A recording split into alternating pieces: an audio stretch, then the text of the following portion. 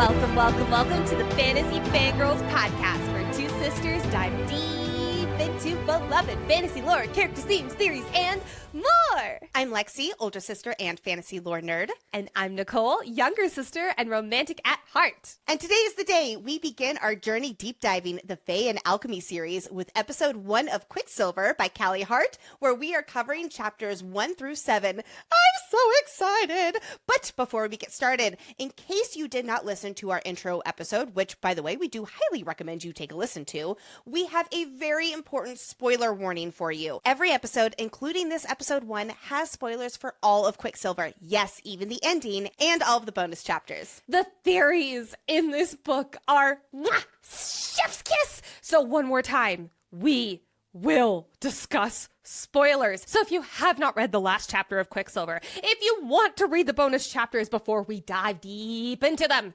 then please go finish the book. We will be here when you're done. Next, we at Fantasy Fangirls are adults who say adult things about adult books. In other words, friends, this podcast, and especially this deep dive, is rated R. Karrion Swift is here, my friends. That alone gives this podcast an R rating. So please be mindful of those little listening ears. Additionally, we are so excited to see you at upcoming live events, like at Romantasy BookCon in Orlando, Florida, October 23rd through 25th, where we are interviewing Rebecca Yarros again at Disney World. Then we are so excited to announce that we will be hosting a Brimstone midnight release party with Tattered Cover and Book and Gather on November 17th in Denver, Colorado. Tickets go on sale Wednesday, October 8th. And on March 6th through 8th in 2026 in Dallas, Texas, we will be podcast partners at Dreamers and Readers Festival. Check out our website or the links below for more information to all of these events, and be sure to keep an eye on our social media for the Brimstone midnight release party. In addition, we here at Fantasy Fangirls have a very exciting announcement to make. Drum roll, please! Our very own executive producer, Hayden, and none other than Stephen Walker are launching a new podcast, the very first under the Fantasy Fangirls Media Network. Welcome, Fantasy Fan Fellas, where each week they are going to be diving deep into Brandon Sanderson's Mistborn. Yes, we've been hearing you. It's finally here. But here is the twist.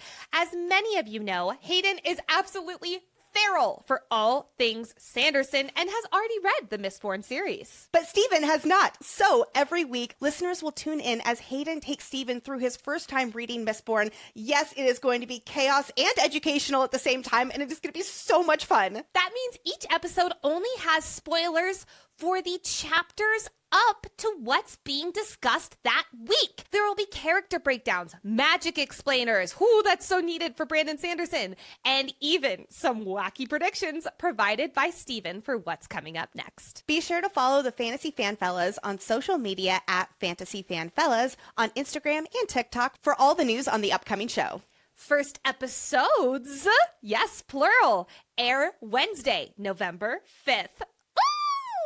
Last thing before we jump into our first Quicksilver episode. If you love Fantasy Fangirls and want more events, more content, more community, and so much more all around, please check out Fantasy Fan Club. We have 3 membership tiers that you can join. Number 1, the Hive Mind, which includes access to our Boppin' Discord, live Q&As from Lexi and I, book club, exclusive author interviews, including Callie Hart herself, community events, promo codes for live events, plus 20% off and access to exclusive merch. That is all for $6 a month. Or you can join the Spice Watchers, which includes everything from the Hive Mind, plus early access to ad-free episodes, our full episode outlines, and special voting privileges, like voting for the library topic of next episode. That is for $10 a month. And then we have our Feral Fans, which includes everything from the previous 2 tiers, plus more behind the scenes content, a welcome gift, giveaways, a private Discord channel called The Dining Room, and your name shouted out on the podcast. That is for $25 a month. Join the party at fantasyfangirls.com/fanclub. The link is also in the show notes. And really and truly, thank you so much from the bottom of our hearts for supporting Nicole and I as we have turned this podcast into a dream come true. It's literally all because of you. Thank you, thank you, thank you. And now it is time to steal a gauntlet. Da da da da. To start off every episode, Nicole does us the honor of summarizing this stretch of chapters. So gather round as we sing Lorth's ballad to discuss what happens in chapters 1 through 7 of Quicksilver. Chapter 1. Our story begins in Zelvarin City, where guardians in gold look rather pretty. Sabers thinks to herself, that gauntlet looks nice. Maybe she'll take it and pay the price. With a twist and a lunge, she grabs it in hand, then runs to the wall while pelted with sand. It's a hard climb to get over the wall, but she doesn't think twice. She knows she won't fall. Once at the top, the gold comes alive. Why is this happening? She just wants to survive. Chapter 2. Elroy glares at Sabers in rage. Take that gold elsewhere or end up in a cage. There's a time and a place to stand and fight, but right now she's Hayden's only light. Speak of the devil, where could he be? At the house of Kala, gambling carefree. Barging inside to find Karrion swift, she finds him right there, thinking he's God's greatest gift. They strike up a deal, just one glass of whiskey. Remember that time they used to get frisky? Sabers decides it's time to head home. But Hayden is gone, ran off with gold chrome. Chapter 3. He never listens. He does what he wants. She's going to beat his ass if he's gone for croissants. Residents go and leap out of her way. Why couldn't Hayden be a good boy and stay? A sudden shout pierces the air. She finds Hayden surrounded in complete despair. He didn't take it! She yells out in fright. But don't worry, Hayden. She won't go down without a fight. Reaching down, she pulls out a blade. She shows them the menace this corrupt system made. For better or worse, she just saved his life. But look out, Sabers. It's time to pay the price. Chapter 4. Away in a palace, all dressed up in change, gulping down water, stands one Sabers Fane. 1 step, 2 step, 3 step, 4. She's getting closer to Madra's door. Once inside, she meets the queen. It's only a matter of time before Sabers comes clean. Ha ha! I joke. She'd never do that. Madra's lucky she only talks back. Madra doesn't like what Sabers is telling. Take care of her, Heron. Make sure she goes down yelling. Chapter 5. Sabers' actions have made quite the commotion. Now she watches Heron's sword rise in slow motion. Pain lights up her nerves. His blade has struck true. He doesn't stop there, twisting her insides askew. Grabbing a dagger, he stabs her again. But she can use magic. Hallelujah! Amen! The blade grows hot, turning to liquid in hand. Hearsay, he says, as metal runs like loose sand. A monster! A monster! He cries out in pain. Don't you dare touch that blade, he yells to Sabers Fane. She doesn't listen. Why would she heed him? She pulls out the key, all on a whim. Out of the silver rises death, clad in black. Welcome, Kingfisher, looking like quite a snack. Kingfisher looks down at Sabers. What a sight! They're off through the Quicksilver. Darkness calling. Good night. Chapter 6. The mattress is soft. This doesn't seem right. Dear God, who's that? The fays are myths told at night. But alas, Everlane's real. She cannot help but believe. Oh shit! Death's chain! Renfis takes it and leave. Once Renfis is gone, his form out of sight, Lane shows Sabers the bath, and oh, what a delight. Now that she's clean, all laced up and pretty, watch what you say. The king won't take pity. Chapter 7. Lane leads Sabers all through the halls where forgotten gods sit and temperature falls. Magic is crazy, a thing of the past. But here in this world, it runs rampant. Lane gasp! Now in the throne room, there's no fun to be had. She owes the king a debt. Oh fuck, this is bad. With a flick of his wrist, he sends her away. But the scene isn't over. Bring in the dog to sit. Stay! Kingfisher was gone a century ago. What right does he have to return with gusto? The king ignores cries for mercy and more. He should pay for his crimes to settle the score. Lane can't watch her brother be killed for this reason. Malway, do something! This has got to be treason! Malway stands up and gets in his way. For the gods have foretold he's to live another day! Even in times of peace, the Fae are at war. Buckle up, buttercups. This is no longer folklore. Wow, you and Brooke have outdone yourselves with this Laura's ballad. Oh my gosh. I have to give such huge props to our content researcher, Brooke, who, when I said, so if this is going to be called Laura's ballad, what if we made it all a rhyming song? She goes, okay. But she outdid herself. Brava, Brooke. You're amazing.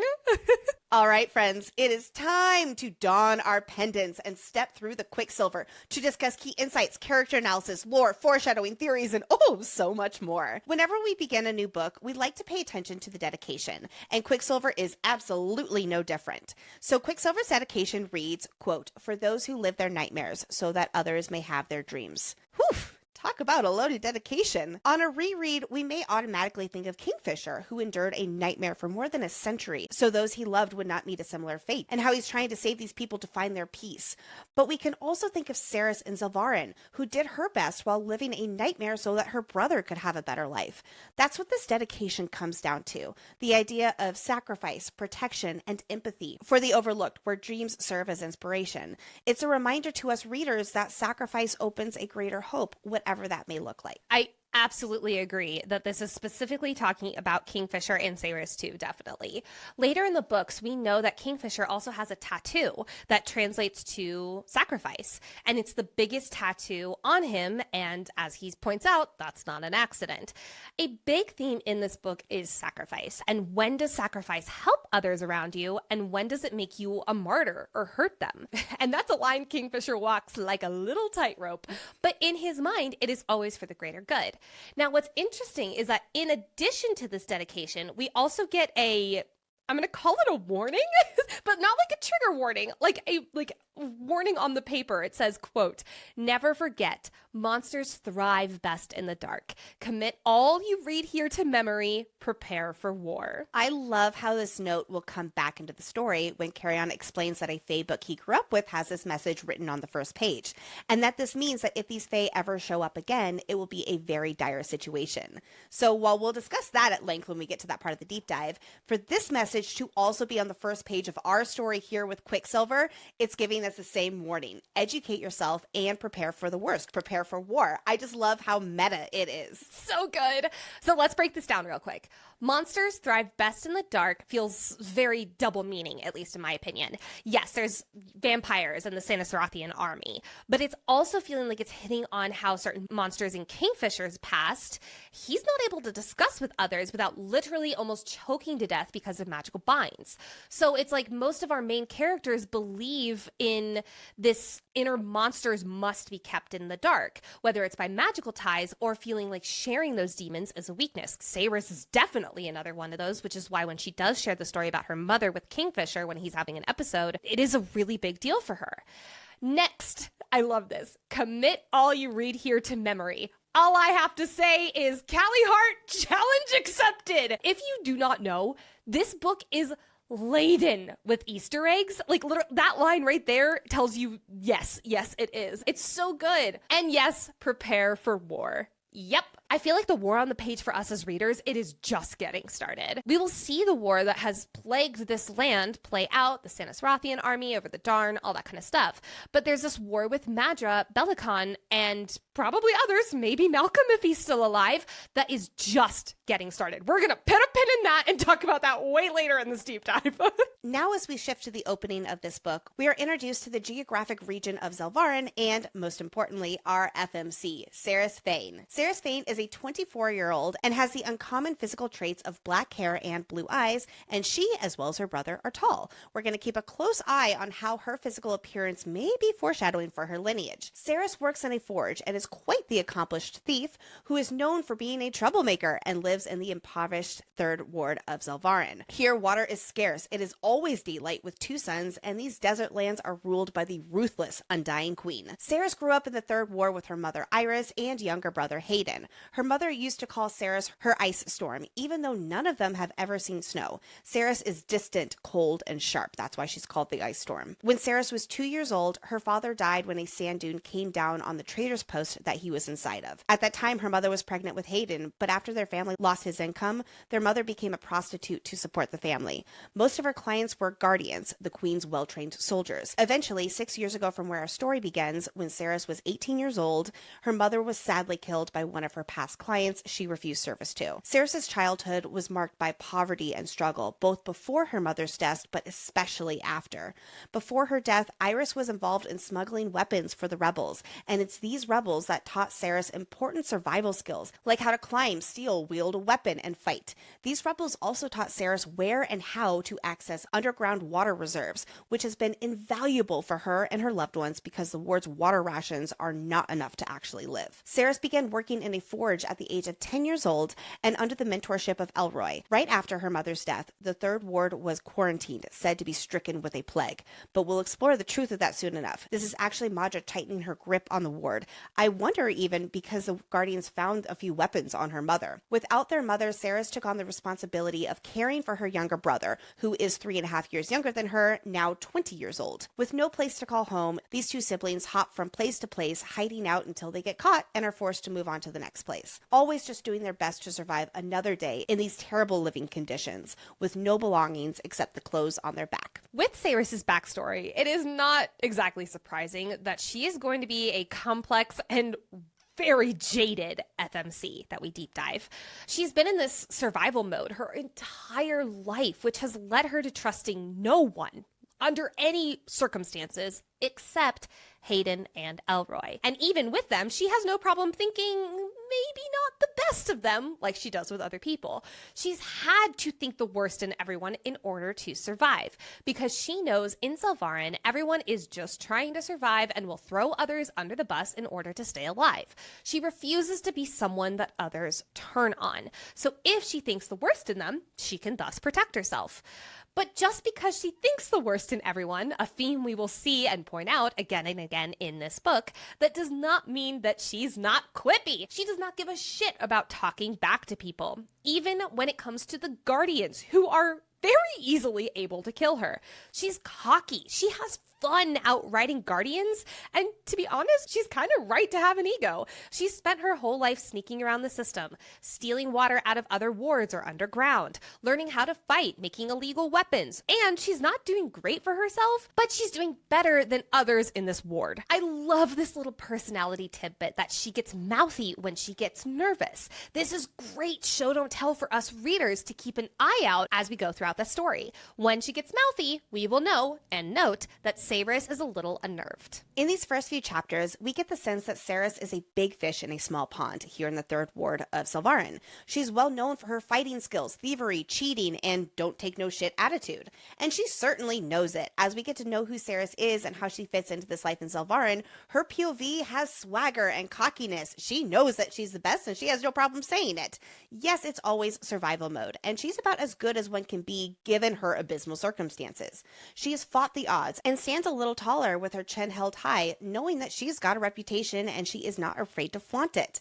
This is going to be an important part for her character when she is completely uprooted and thrown into an all-new environment where she will really struggle to find her footing. In this small pond, there are two specific people who shape Ceres's day-to-day. Let's start with her mentor from working at the forge, Elroy. Elroy has basically been part of her family for years. When her mother was nonstop working as a prostitute in order to make ends meet for their family, Elroy was by her side. This giant of a man was once a legend among even the most dangerous criminals in the third, and he loved Ceres's mother, but he never acted on that feeling. Instead, he poured himself into becoming a father figure for Ceres, showing her how to work in the forge. He brought her under his wing with how to make weapons for the rebels who wanted to overthrow Madra. However, they did not stay making weapons, because after the ward got shut down for contamination, they were all under a microscope, and Elroy did not want to be in the spotlight and risk himself any longer. So he switched to only making glass, and that was that. And he became the best glassmaker in Selvarin. Good job, Elroy. Elroy's been playing it safe, at least as safe as one can be in the third, because he saw Ceres's mother get killed in the streets for having 2 illegal knives on her. And I think both his decision to distance himself from rebel activity was both in honor of Ceres's mother and probably a little guilt too, since it's highly inferred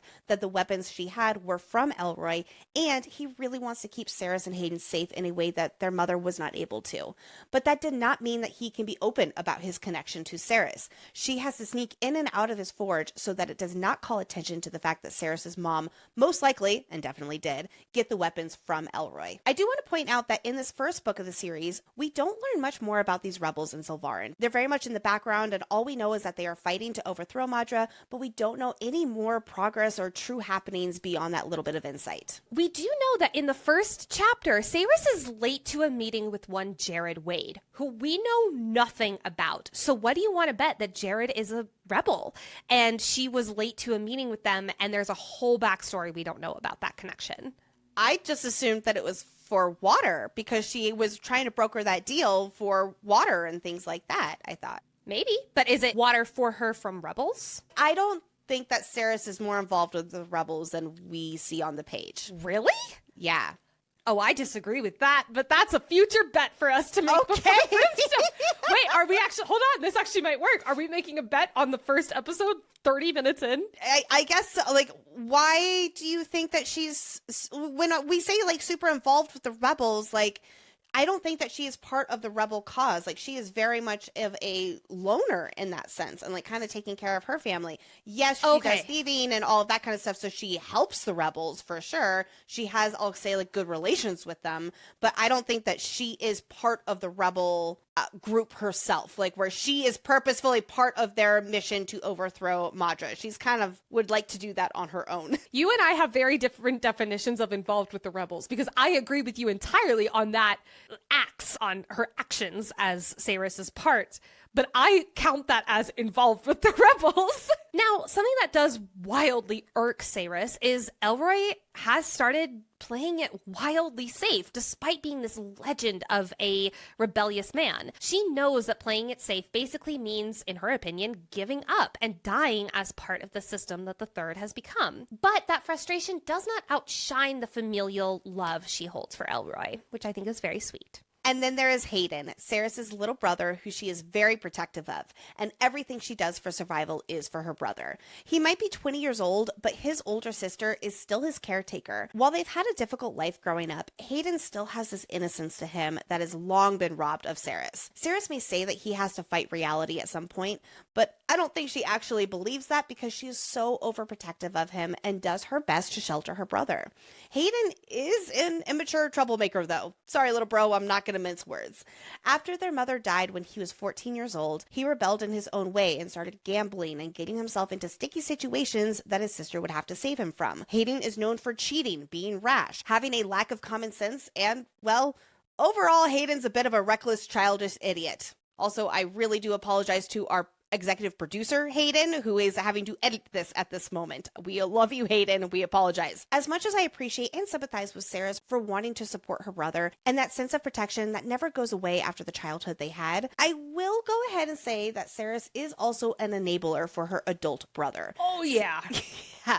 Cerys admits to herself that she gets so mad at her brother, but then he smiles and she has such a soft spot for him and she can always be counted on to fix his messes. Bottom line, she would do anything for her brother, which she proves in this opening stretch of chapters with what unravels on the page. Let's zoom out a little and look at Sylvarin City. Anyone who has read these first 5 chapters, let's just say, will not be adding Sylvarin to their list of, if I could live in any fantasy novel, which one would I live in? List. With 2 twin suns, the twins, always in the sky, it is hot, hot, hot, hot, hot. Not to mention, there's no reprieve from the heat or light because the suns never set. So residents who can afford it have blackout curtains over their windows. With the heat and the dry air, water is a precious resource in Sylvarin. The more wealthy spoke/wards have a higher ration per day or even a tap water dispenser with unlimited water coming out of it. But people in the Third, where Cerys lives, only get 6 ounces of runoff water every day. Runoff water meaning sewer water that goes through a grate to catch the solids. Gag! Listen, something you probably will learn about me throughout this deep dive is I am a water snob. This is my nightmare. For reference, it's recommended for a person to drink approximately 8 cups of water a day, so 64 ounces of water a day. The water rations and the outlook on water being the most precious thing of value really sets the tone for this environment and way of life here in the Third Ward. Like Cerys will say to the Guardian soon, 6 ounces, especially of this gross water, is not enough for people to survive on, but it's just enough for them to slowly keep living and struggling, slowly dying out from these terrible conditions they are forced to live in. But it's not just getting 6 ounces of used water per day. The Third is deemed a contaminated ward and has been quarantined for the past 6 years. As we see in this opening scene, when Cerys says she's from the Third, the Guardian panics because he believes he just touched someone who's contaminated. This is unfortunate propaganda from Madra, the Queen of Zelvarin. They are technically not contaminated, they are just being slowly poisoned with the dirty water. But if Madra tells the other wards that the Third is contaminated and plagued, then the residents in the other wards will fear the Third, and that fear overshadows any sympathy that they would have for the people living there, making a clear divide for Madra to easily control. So given that Cerys had to spend her whole life living on the brink of severe dehydration and stealing water from other districts, or else she becomes sick and dies, again, it is no wonder Cerys is going to be one of our more harsher, pessimistic FMCs that we've covered on the show. All right, excellent. Now that we have a sense of who this FMC is and the life she lives, let's officially dive into our story. Real quick, I want to give Callie a round of applause for how she sets up this world, characters, and way of life woven into the inciting incident of the story. I felt so immersed from the very beginning, and while it takes a little while to get your bearings, like it sometimes does with fantasy worlds, I appreciate how Callie feeds us info at the start of the book, and she also doesn't hold our hand through it too. Really great balance there. Anyway, Cerys is caught by a guardian in an area of Zelvarin she is not allowed. As a resident of the Third Ward, she is not supposed to leave it, but this is a pretty common occurrence for a thieving girl. She's snuck into what is called the Hub, a much nicer part of the city where the elite live with clean streets, plenty of water resources, and prosperous career opportunities. Last night, Cerys brokered a deal with Jared Wade for water, which I don't think we learned more about. So she's here in the Hub to steal a tiny scrap of twisted iron from a market stall. With his hand around Cerys' throat, the Guardian demands to know what ward she's from, and the second he finds out Cerys is from the Third, oh no, he pushes her down into the hot sand, believing she's infected from the contaminated Third Ward. He doesn't want to kill her here in the Hub, because then he'd have to dispose of her body. He can't just leave it out here to rot in the nice part of the city, like he would absolutely have been able to do in the other wards, and he doesn't want to touch her anymore than he already has. In his attempt to get away from her supposed contagiousness, the Guardian flings his gauntlet and glove off his hand that had been grabbing her throat and absent-mindedly throws it into the sand. And here is the mistake that sets off the chain of events for our entire story. Because that gauntlet is made of precious metal, so Cerys changes her plans real quickly, from stealing the piece of iron to this unimaginable amount of gold. And for anybody who's wondering what a gauntlet is, it's like a metal glove. Not giant hanging balls like we're used to on Fantasy Fangirls. Taking this once-in-a-lifetime opportunity, Cerys lunges forward, grabs the Guardian's gauntlet off the ground, and makes a run for it. He's panicked that she managed to steal this from him, and we can all guess that he's going to get in big fat trouble for it. But Cerys is too quick, stealthy, and determined to keep possession of this gauntlet. It cannot be underestimated how invaluable this gauntlet is. It is Cerys and Hayden's ticket to a better life once when she melts it down. This is 3 years worth of food, Hayden's education, and even the possibility of leaving Zelvarin altogether and heading south where the temperatures are cooler. They would even have enough money to get a real home, so they would no longer have to hide out wherever they can find. This gauntlet represents the hope that Cerys clings to for survival. She zeroes in on getting this valuable object because it means freedom from the life she's been fighting for years. But it can't be that easy. It's Zelvarin, after all. Getting caught with this gauntlet is, in short, a death sentence. And it's not a quick death either. According to Elroy, if the guards catch Cerys with this piece of armor, she will be taken to the square for everyone to watch as they flay the skin off her bones, with Hayden watching, and Elroy also will not be free from this consequence either. Even if they believe he has nothing to do with Cerys and her stolen goods, just for allowing the gauntlet into his shop, he will have his hands cut off. Gross. Leaving him unable to do anything anything, let alone making a living. Not without his hands, with 2 hands! What will he do? This is exactly what he's been trying to protect her from since her mother's murder. He's banned Ceres from forging weapons in the workshop after all. They're supposed to be glassmakers and law-abiding citizens, which Ceres refuses to accept. She will not give up like he has. Elroy will refuse to have anything to do with this gauntlet when she brings it in, and he's more mad than Ceres has ever seen him, and the scolding that she gets from him, like taking this gold gauntlet from the Guardian might represent hope and freedom for Ceres, but for anyone else, specifically Elroy here, it is the most reckless thing she could do, not just for her own safety, but for her loved ones and the entire ward.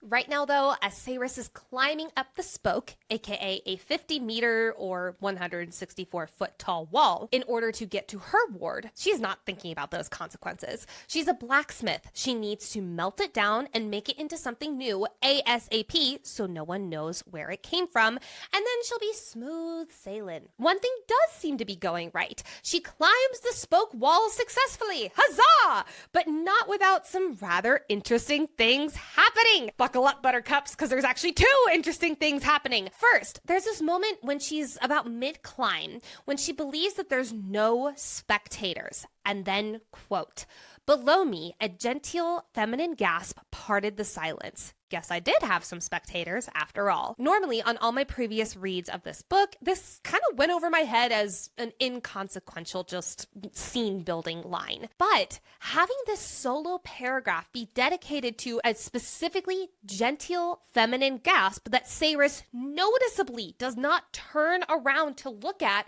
makes me feel like this is 100% an Easter egg, especially because we know we're going back to Zelvara next book with Kingfisher and Karrion, as Callie has confirmed in interviews. So I wonder if we're going to see this woman again with a Kingfisher POV, possibly? Maybe. Like, I agree that it is an Easter egg. At first, I was wondering if it's Gracia, who is Karrion's supposed grandmother, but she lives in the 3rd, so I guess not her. He will be like, I heard about what happened, so maybe this feminine person is one of his contacts. I don't know. I definitely think she's important somehow, but I'm gonna bring up a few other options later on in this deep dive episode. Second thing that is interesting that happens, as she climbs over the top of the wall, slamming the golden gauntlet into the wall, particles of quartz in the sandstone vibrate and hover about a millimeter over the sandstone wall. Quote, "as the gold came alive." So I find this very interesting that it's the quartz in the wall itself hovering, but she's saying that the gold in the gauntlet is what's talking to her. Yes. And the gold in the gauntlet is, it's saying like, oh, she sees us, she feels us. That's that semi-sentient metal, Yes, but why is the quartz hovering, not the gold? What I'm saying is, if she thinks that the gold is talking to her, why is it the sand and the quartz on the wall that is physically reacting? It's the quartz and the sand are like responding to the gold that is the main component here. I disagree, because I went to a moment later in the book when Malcolm is reading the runes on Ceres's hand. He says, quote, "earth, air, fire, water, salt, brimstone, Quicksilver," which, yes, we do believe that these are going to be the future names of the books. I don't. Okay. I personally do think that these are going to be the names of future books. Apparently, Lexi and I disagree on that, and I didn't think we did. But there's no mention of gold or metal in general, only Quicksilver. So all in all, I don't think this is actually the gold talking to her in this moment, saying she feels us, she hears us, she feels us. I think instead this is her earth magic talking. And quartz, it turns out, remember, quartz is what's hovering, is the second most abundant mineral in the Earth's crust. So this brought me down a huge rabbit hole. Is gold naturally made on Earth, and her assuming the gold talking to her is actually just her using her earth magic? But, Lexi, gold is not naturally made on Earth, which brings me to my findings from a video from the Natural History Museum. Gold is formed in deep space. When large stars went supernova, it formed gold and other heavier elements and flung them across outer space. The gold that we mine actually arrived on the back of meteorites over billions and billions and billions of years ago and was buried on Earth and now later dug up. So technically, gold is not made of this earth.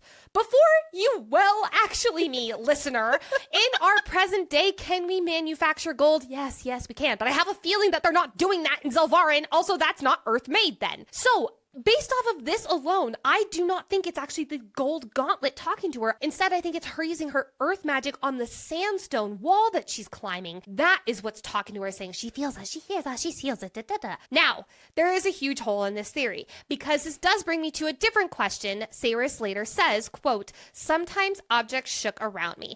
Objects made of iron, tin, or gold. Once I'd been able to move one of Elroy's daggers without touching it so that it had spun around and around on my mother's dining table, balancing on its crossguard.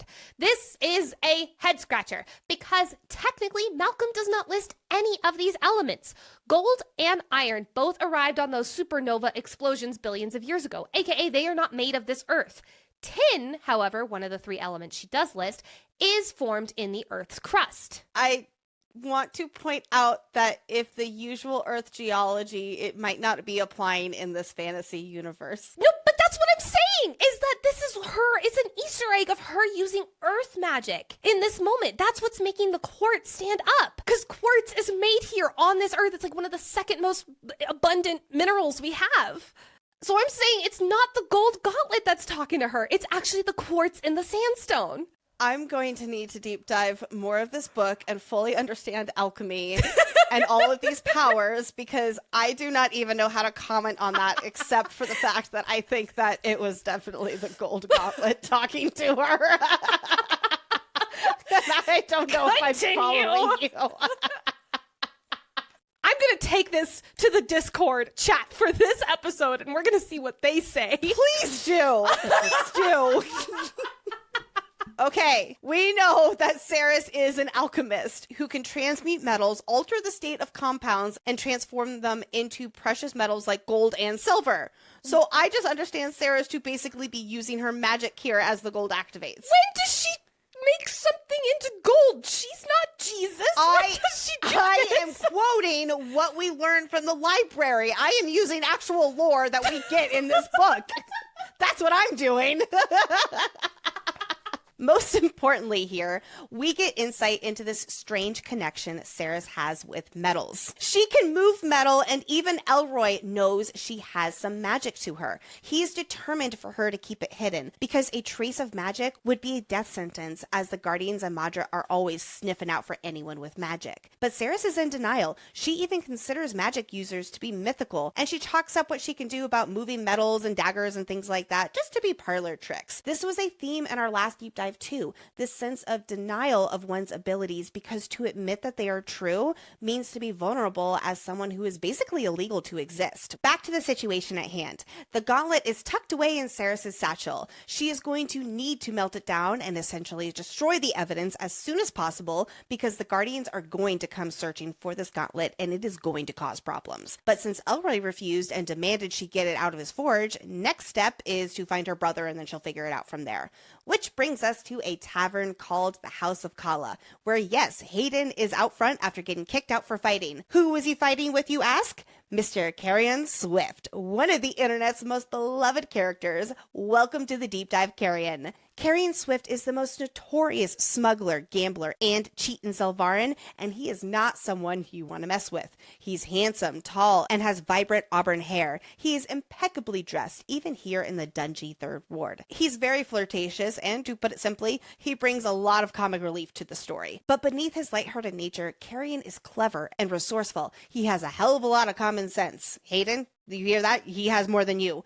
He is also extremely confident and charming. And as Saris would know, he's great in bed. She had hoped to crush his ego, but fortunately or unfortunately, he proved his swagger because, damn it, he's really good in bed, and it was well earned. As it turns out, Karrion beat the crap out of Hayden after a game of cards went wrong. And this is not the first time something like this has happened. In fact, Saris made Karrion promise to leave her little brother alone, even though it seems Hayden is the instigator, because of course he is. And in exchange for leaving her brother alone, Saris would not interfere with Karrion's supply lines to and from the hub. Saris gave Hayden money to buy water, you know, that most important resource that they are always desperate for, and he gambled it away, along with his scarf that keeps the sand out of his face. So, as the big sister who cleans up her brother's messes, she meets up with Karrion inside the tavern to get her brother's scarf back and the money she needs for water. Right off the bat, we pick up on their history of both being troublemakers in the Third Ward and this one-sided flirtation.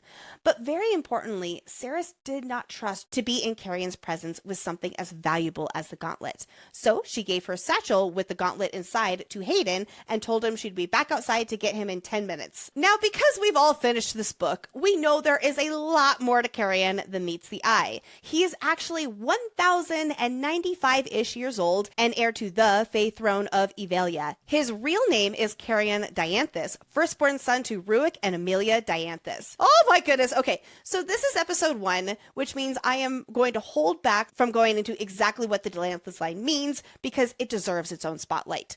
But to know for our story right now, as we are introduced to Karrion, here is his real backstory.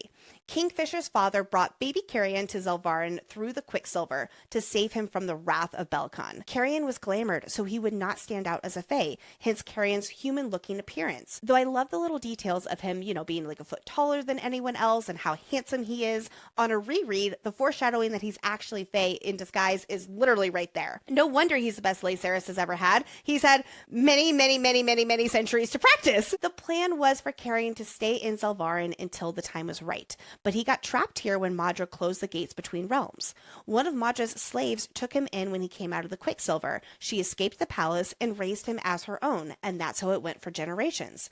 Karrion stayed connected with the women of the Swift line. They helped keep him out of trouble, and he was always on the lookout for signs that the Quicksilver would open again. So his grandmother, Gracia, is not actually his grandmother. She knows the truth about him, and it's been a family secret among the Swift women for generations. He knew her when she was growing up. When he was pulled out of the Quicksilver pool, Karrion had his own amulet on, which I want to point out because I have a feeling we'll see it again in the story, and he's held on to it all these years. It's a miniature disc in the shape of a leaping stag, so I'm going to keep an eye out for that as we do this deep dive.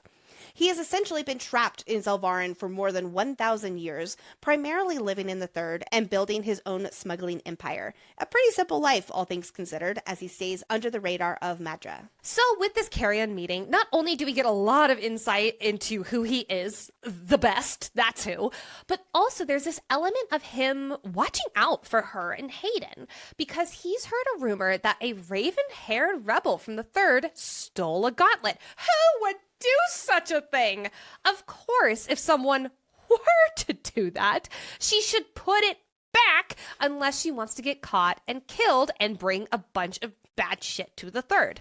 First off, how did Karrion find out so fast? Other than obviously from his mysterious friend, the feminine gasping lady. He has connections. It just proves how connected he is. He's had 1,000 years to create a network. Honestly, that's real true. That's fair. Now, secondly, why would a thief, smuggler, and one of the best crime lords in the Third, who does not even live in the Third anymore technically, look out for Cerys? Cerys, in her Cerys pessimistic way, is always jumping to the automatic conclusion that Karrion is trying to get the gauntlet and get it off of her for his own personal gain. But we can definitely say that that is not what he's doing. Although, as for the reason that he's looking out for her in such a way, I am kind of grasping at straws. Is he looking out for her because he admires how she looks out for her own, like she does with Hayden and Elroy? He knows it's basically just her. Hayden's not helping her with anything. And does he want to help her out? Or I'll get fully into a Cerys is royal Fae theory later, but does he know that something is off or different about her? Whether he knows that she has magic or just assumes that she has Fae heritage and wants to, I'll call it for lack of a better term, look out for his own. If he is indeed the heir to the Evelian throne, then technically if Cerys would be Fae, she would be one of his subjects. And by look out for, it's still Karrion. So it would be in the most Karrion way possible, aka fuck her as much as he wants, but he still does look out for her beyond just him wanting to spend a lot of time between her legs. I just assume that Karrion does care about the third ward as a whole, and he does not underestimate what Madra is capable of when she inevitably sends in punishment for the stolen item. He has a lot of vested interest in things staying as they are, and it's bad for his business if shit hits the fan, including how he cares for Gracia, who lives in the third. He has his people who he cares about in the third too, and they're all in danger now. So stealing the gauntlet and the thief being traced back to the third, it's bad for everybody, and he wants to avoid the bloodbath Saris has threatened for all of them, which is why he's like, get it the fuck out of here before it leads to anyone unnecessarily suffering. Okay, that's fair. That's yeah, super fair. Hence why when Karrion is acting with urgency and panic over what Saris has done, she's like, oh shit, maybe that was actually really reckless of me. But I am going to bring up later, because when he says that he is Hayden and Kingfisher's like, great, and takes him to Aelia, Karrion does say that he was like, I really did think I was protecting Hayden. So yeah. I do think that there is this element of wanting to protect the third. So what I guess I'm saying is I think we're both right. There is this element of him wanting to protect the third, and there's this extra looking out for Saris and Hayden that Karrion does have. I agree, yes, because he also helped make sure that Hayden got set up pretty nicely after Saris left. Yeah. After agreeing that she will quickly fix this, Saris leaves Karrion and the tavern, only to find Hayden gone, as well as her bag with the gauntlet missing as well. So much for giving the bag to Hayden for safekeeping. And as Karrion and Elroy have made very clear, this is bad. Saris is responsible for that gauntlet, and if anyone finds out it is here in the third, the Guardians are going to rain hell down on this place. And remember all that I said about Hayden earlier, known for being a bit of an idiot? Yeah, that means that this is absolutely a recipe for disaster. So Saris is desperate to find her brother and the gauntlet. She breaks into a jog as she frantically searches for him. A cry pierces the air from the direction of the Mirage, which is another tavern where Saris and Hayden are currently living in its attic. And Saris knows deep down the person in trouble is her brother. She takes off in a sprint to find her brother, and when she finally gets to him, he is cornered by 30 Guardians in their shiny gold armor with the stolen gauntlet in his hand, held up, and just terror-filled eyes. He is in big, big trouble. We can't entirely blame Hayden alone. We will blame him a lot, but not alone. As inferred by Elroy and talked about earlier, Elroy says the lad still laughs, so don't burden him with the difficulties of the world. And as Sarah says, the moment that sheepish smile hits his lips, all her anger towards her brother disappears. Now, whether it's conscious of Hayden or not, I guarantee you he's using that smile to make sure that his older sister is not mad at him and he's not in trouble. We're seeing the repercussions of that babying right here on the page. Before he was handed the massive responsibility of holding onto the gauntlet, he gambled their money away that was supposed to be for buying water. He gets into fights that are way bigger than he can handle, and it's not like he's always trying to cheat at cards, because sometimes he does do that and he's really fucking good apparently. No, he got in trouble because he tried to stab Karrion for not playing another round with Hayden. 0 to 60, my guy. That was intense. It's very telling that Saris immediately says to Karrion, Hayden would never do that. She has these rose-colored glasses on when it comes to her brother. My guess is Hayden got tired of waiting for his sister outside of House of Kala, so on his way back to where they're currently living, the Mirage, I think one of two things happened. No matter what, Guardians are starting to swarm the third in search of this thief. Saris already knew they would come looking for it very soon, so that's not a surprise. So option number one that happened is as Hayden was walking back, he looked in the satchel and he was not subtle about what was in it, which caught the attention of high alert Guardians, and then he really panicked. Remember, he did not know what was in the satchel when his sister handed it to him. He was not supposed to find out that there was a gauntlet of very big value in there. Or option number two, Guardians approached him as he was walking back to the Mirage and demanded to search his bag because they're turning the third ward upside down to find this gauntlet and punish the thief. And upon realizing what he had in his possession, Hayden made a bolt for it. I do think that he didn't just like pull it out of the satchel and just wave it around and that made people come, but I do think that he was approached by Guardians, and Saris did not think ahead that Guardians would be coming to look for it. Okay, I'm actually going to throw out another option, because what if, with Saris having magic, there is a possibility of Hayden having magic too? So what if, let's say the gold is actually what talked to Saris when she was on Definitely what talked to Saris. Okay, keep going. So what if the gold also talked to Hayden and he was curious about, like, he hears us, he feels us, da, da, da. And he's like, what the hell is this? So he takes it out, and that's when the Guardians were like, you're there, stop. I never thought about that. I guess I just assumed this was Hayden being Hayden in a predicament with the Guardians. Shockingly, Hayden did not keep his word to Saris. He looked in the bag, he took it out of the bag, whether it was from coercion from the gold, the Guardians, or just his own stupidity. No matter what, I'm giving him an L. Not a smiting L, but definitely a smiting. Because I'm not giving him a smiting L. Think of how much danger he is putting his sister in right now, who cares for him entirely. So with that, I give him an L for not doing what he was told to do. And in general, being 20 years old and acting like he is 10. Saris does acknowledge to herself that ultimately this guilt lies with her. She is the one who stole the gauntlet. She is the one who knew better than to hand her brother her satchel with a priceless item inside. She knew better. We can all yell at Hayden for this fuck up, but it is true that Saris did lead him to being in the situation in the first place, and she already knows his nature. She might not want to accept it, but she knows. Okay, I will take the smite away, and I will keep it as capital, but I might bold it a little bit. No matter what, it is too late, because he is surrounded by an entire unit of 30 Guardians.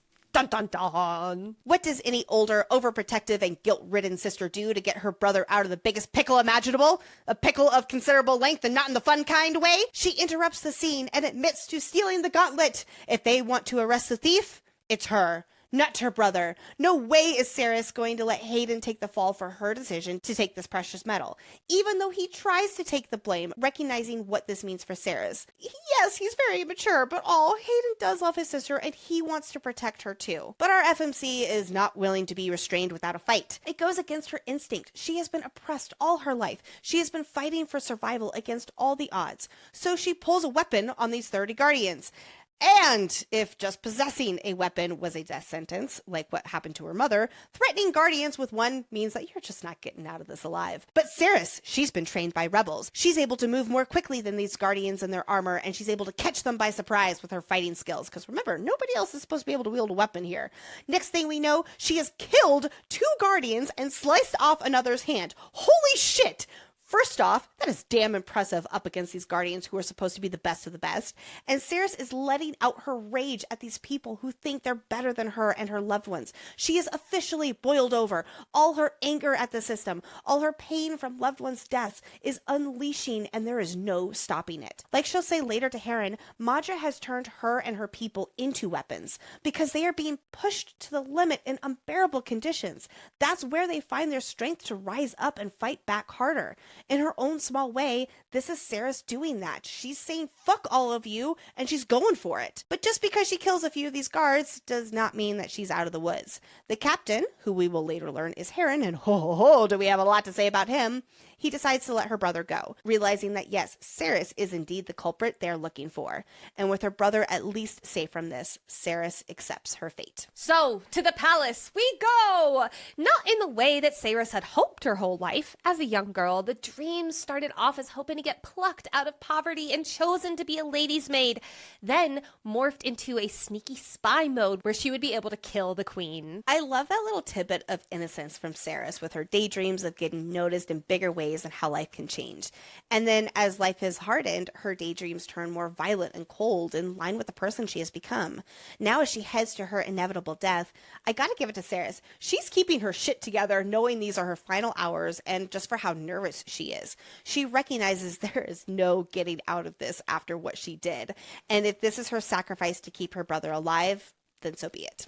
After being in a 6-foot hot cell, then moving throughout the palace, she and Captain Heron arrive to a gigantic wooden door that leads to a certain room. But oddly, this room is kept locked. Oh, almost like because there's a pool of Quicksilver in it.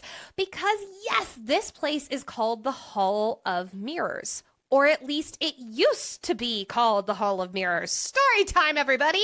Luckily, our friend and Discord moderator from the UK, Shadow, came to the rescue with a Waterstone UK bonus chapter from the point of view of a slave named Orlena. Yes, Orlena, who is Karrion Swift's first caretaker. A quick timestamp for this chapter.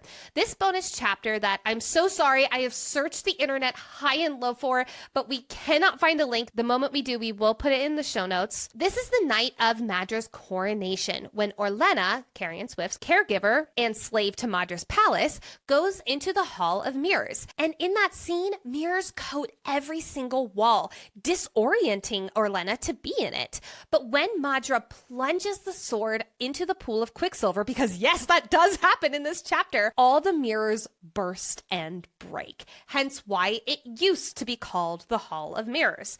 Now, back to Saris. Beyond the doors lies a large vaulted room that has a very strange, thicker air quality to it, with a raised dais holding something, quote, long and narrow. Gee, I wonder what that is. We know this is Solace, Kingfisher's father, Fenrin's sword. The sword is protruding out of the Quicksilver, stilling the pool and all of the Quicksilver pools, making them unable to travel between realms. It's also notable that Saris is drawn to it. Like the platform that the sword is on, the unactivated Quicksilver, it's beckoning her forward. And in general, like Nicole mentioned, there's this strangeness in the air here. I like to consider it as like dormant magic. Yes. Same. Like it's almost like over the time, like the magic of the Quicksilver that has been stilled, it like leaks into the air, almost making it thick. Included in this room are also faces of the long forgotten gods chiseled into stonework on the walls. Hello, forgotten gods! We will see you very, very soon in the Winter Palace. With a little less dark by Heron lighting some torches around the room. It's still very dark though. We hear a cool feminine voice. I love that Zilvarin is known for being so hot in this desert, and then Madra's voice is described as being cool. So good. Hello, Madra. This woman is flawless with intelligent, bright blue eyes. But how odd, a word we will use a lot with Madra. This woman is basically ageless. We know, though, that she has been around for over 1,000 years, but she still appears to be young.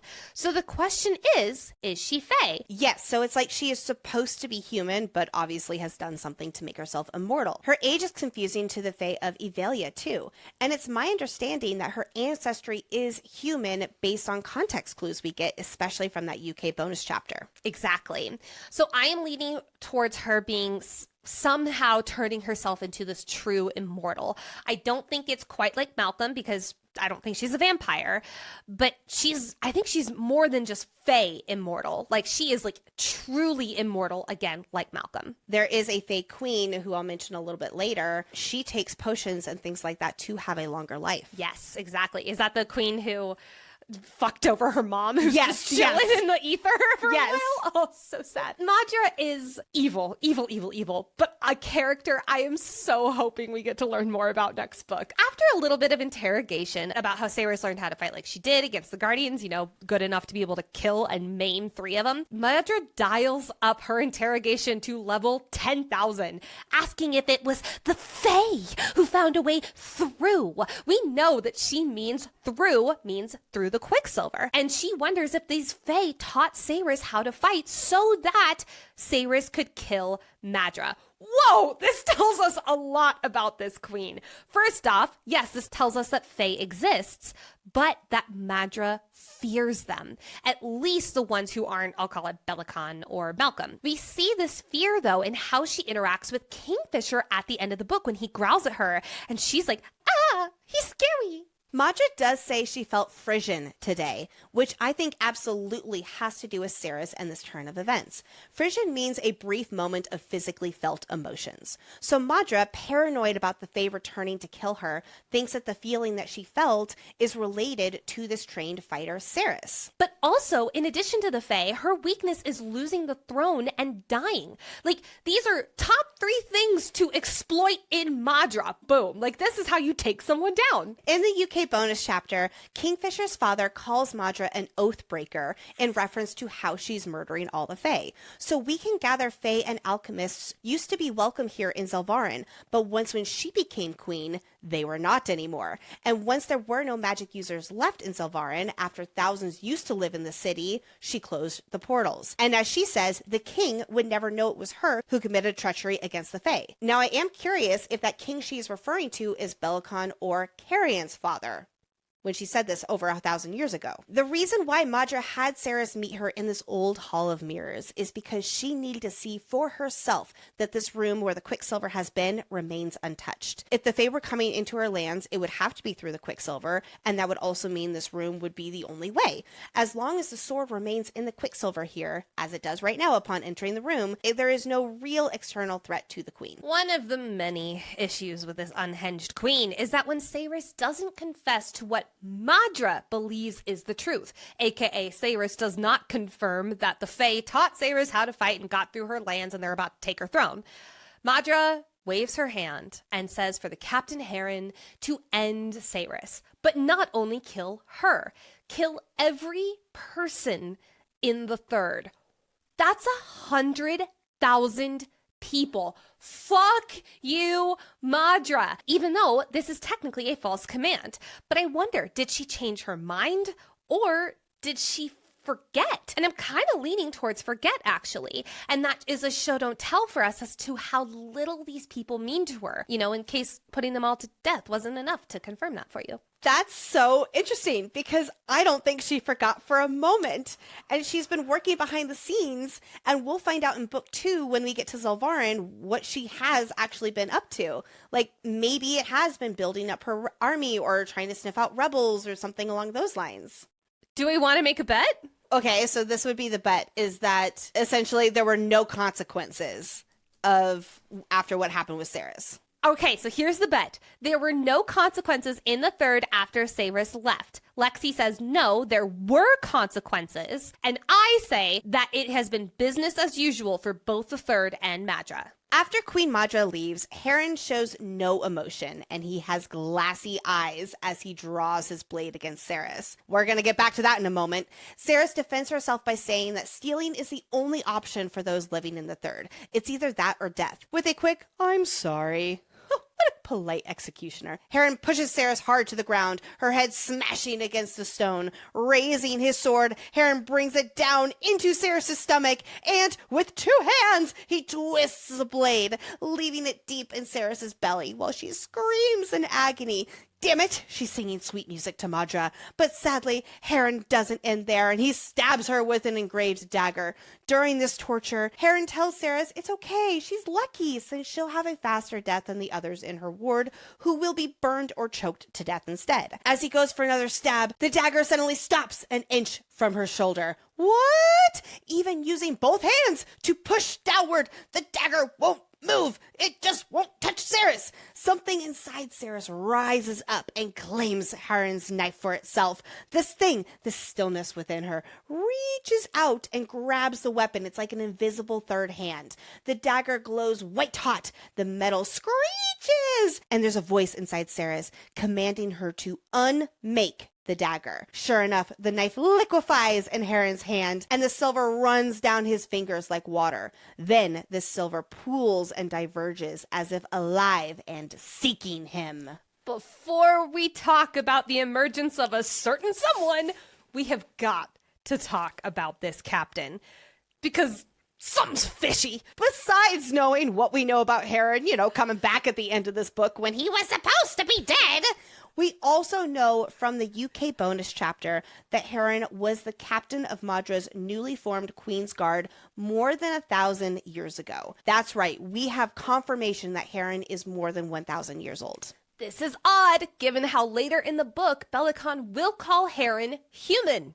Yes, he's human. I think Madra is too. Yes. There's something weird going on with these humans. He was very handsome back then too, and found glory on the battlefield. Hence how he came to be in Madra's service. Heron is not nice, don't get me wrong. I mean, he just stabs her multiple times, but he's also not nice. That's a good way of putting it. I even was like, oh, is this like our MMC when I first met him? And then I met Kingfisher and it's like, oh, that's him. I also thought that until he stabbed her twice. So I feel like there's some things you can come back from. I feel like 2 times stabbing is not one of them.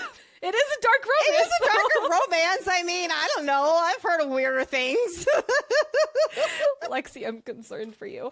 First, when walking up to the Hall of Mirrors, Heron gives Saris a canteen of crisp water for her to drink. It was so she could stop, almost collapsing. But when she tells him about the filtration system, in major air quotes, he tries to remain impassive, but a flicker of disgust hits his eyes and a slight sympathy before he shakes his head. Later, when she talks to him fully about why she believes they're being poisoned, quote, Heron was silent for a long time, and then he said, just walk. Again, it's not nice, but there's something that makes me think he wants to know more, or he's feeling sympathy is what I'm getting down to. I think he's feeling sympathy because he knows what Madra is capable of with with making people suffer.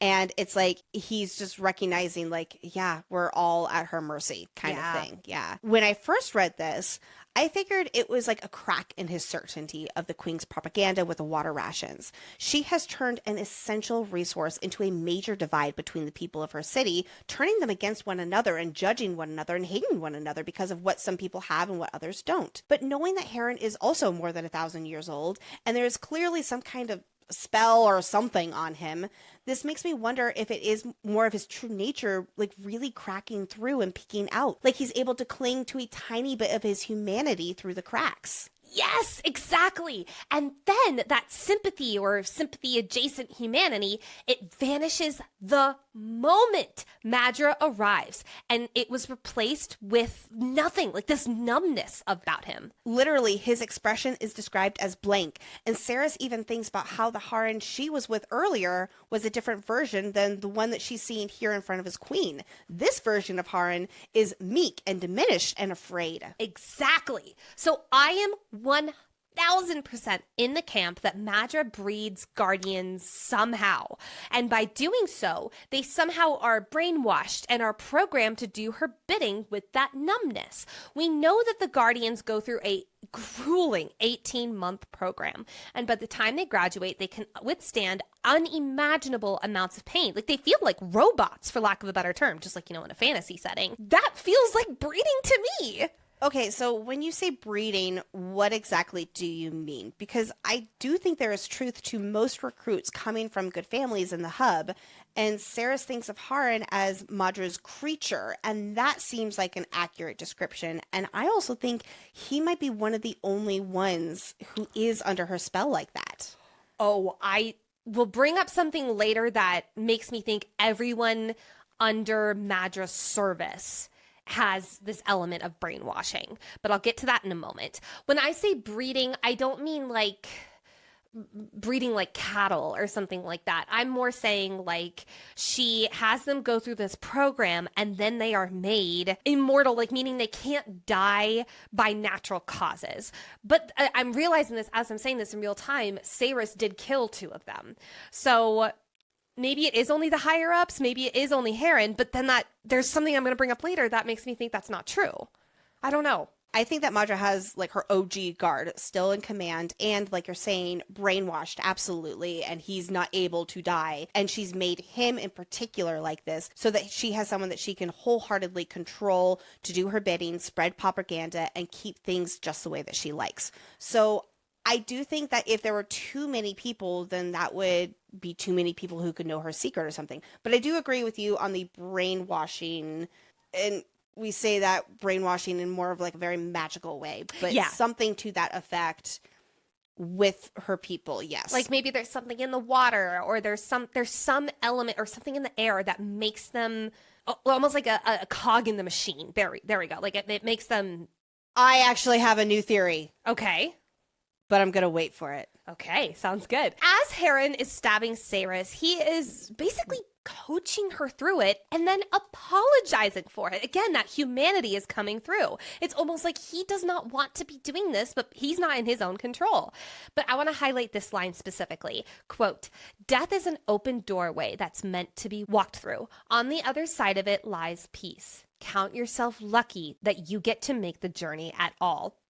This is pointed, especially when it's married with him saying, "I can't go, she won't let me." Like, he's not able to die. That is all the confirmation I needed right there. There's a whole lot more to Heron at the end of the book that we'll talk about more at that time. Yes, he can't die. And the man beneath this captain of the guard that Madra has done something to, he wants to find his own peace. Not me suddenly wanting a redemption arc for him, although I don't know if he's dead by the end of it. I definitely don't think he's dead. I think he's definitely going to get a redemption arc, but I think it's going to be him finally being able to die and like him being so happy that he's finally able to die. Oh, that just kills me. Also, there's this moment when Cyrus is increasing the quicksilver over his body from the melted dagger, and his skin goes white hot, and he says, quote, "Gods, it's so," and then he doesn't get to finish his sentence. I do wonder if he is about to die and he was going to say, "It's so beautiful." Like this death he's been waiting for is beautiful, but then he's not able to die. I took it more as he's finally feeling the consequences of this Quicksilver, and it's like, oh God, I don't like this. Oh, interesting. I felt like it was something weirdly positive. Okay. Maybe I'm crazy. I don't know. This is what I've been alluding to, that this has me convinced the people of the palace are under some kind of mind control. From the UK Waterstones bonus chapter, we know that Orlena is a slave in Madra's court. The chapter, though, starts out in third person and halfway through switches to first. When does it switch? Oh, just when Orlena escapes the palace. And no, before you're like, oh, it might just be an accident in editing. Fuck no, it's absolutely not. I do think that third person was literary Easter eggs for us to know that these slaves are brainwashed. And then somehow when they break or defy themselves out of Madra's clutches, they become their own person again, which is why it switches to first person.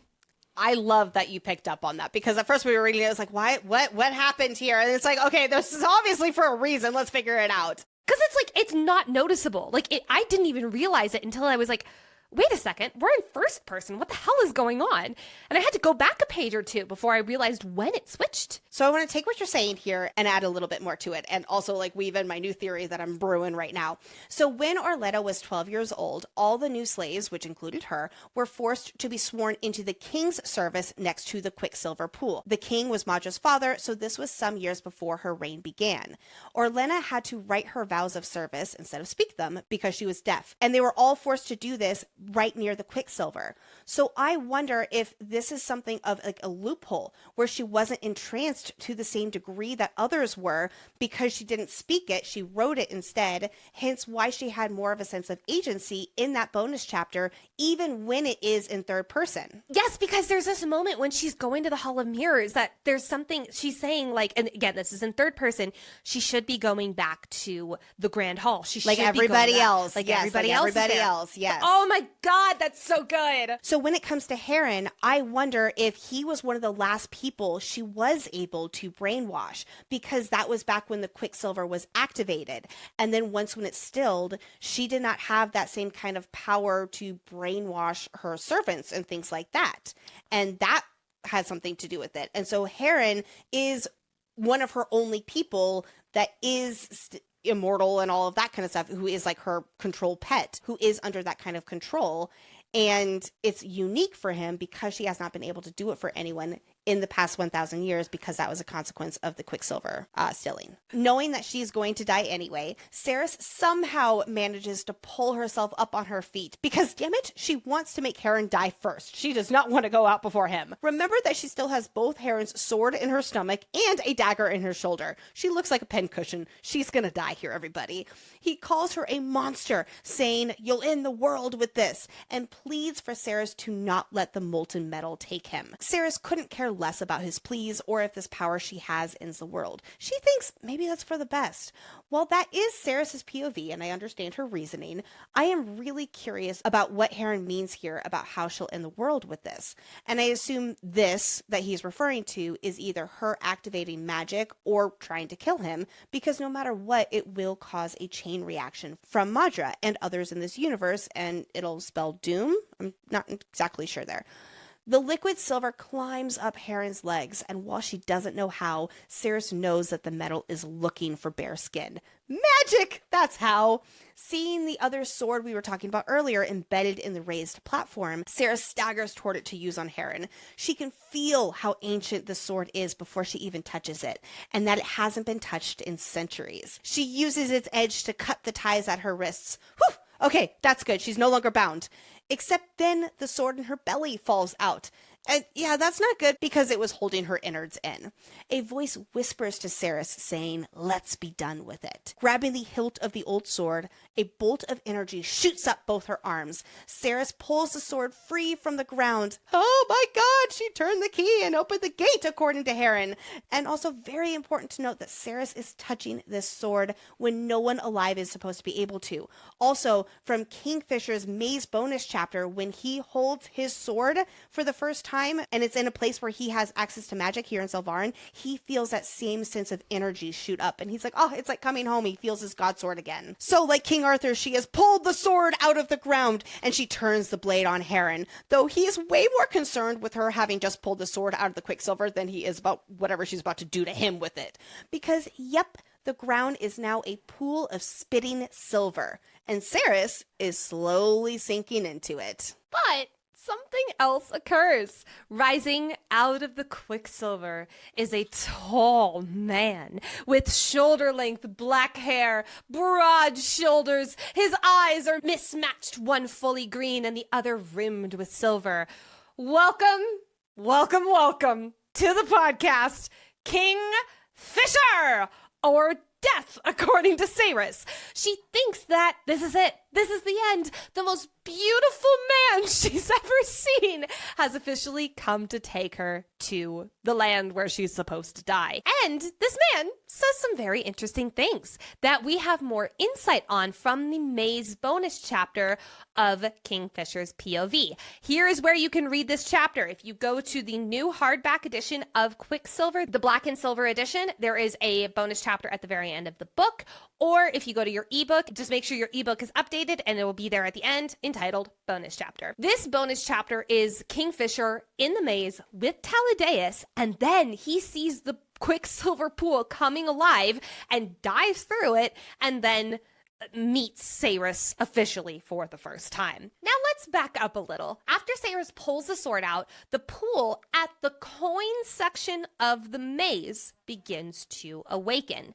And with the help of Taladeus, who we know from Kingfisher's POV chapter, Kingfisher's actually been good friends with for basically his whole life, Taladeus helps Kingfisher escape through the pool, which brings us now to the Hall of Mirrors from Kingfisher's POV, where after catching himself from almost stepping on Ceres, he almost kills her from pure shock. To be honest, I don't entirely blame him, and I'm not going to give him an L for this because he's been in a maze in fight or flight for literally over a century. He's just trying his best. But then he notices some very familiar aspects of the scene.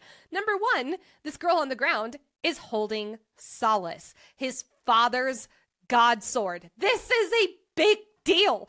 The last time Kingfisher saw this blade was when his father wielded it to travel to Zelvarin to hide Karrion, the Dianthus heir. Then number two, holy shit, this is the woman from his mother's notebooks, which seeing that this woman is human, it brings us to his first line. Quote, "Graceless gods, what's this? A fucking joke?" Now, when you read it on the first time, you're like, what an asshole!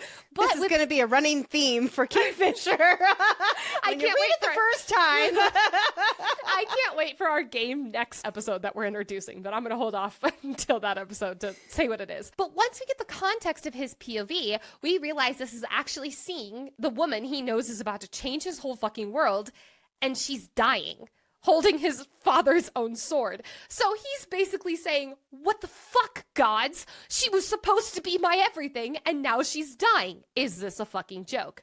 The next line we get from Kingfisher makes us go, oh, you're an asshole. And he says, quote, pathetic. Again, on a first read, you think he's either talking about Captain Heron, who's screaming about obsidian on the ground, which don't worry, we'll get back to that, Or, more likely, he's talking about the dying human in his arms, calling her pathetic. But again, from his POV and from the Oracle chapter later this book, we know that he's actually talking about himself. He knows in this moment that the mating bond's first stages just snapped right into place, and he knows that she's human. He is losing his mind. If he lets her go, lets her just die, sure, it would suck. But it would also save the two of them from a lot of hurt later in the future.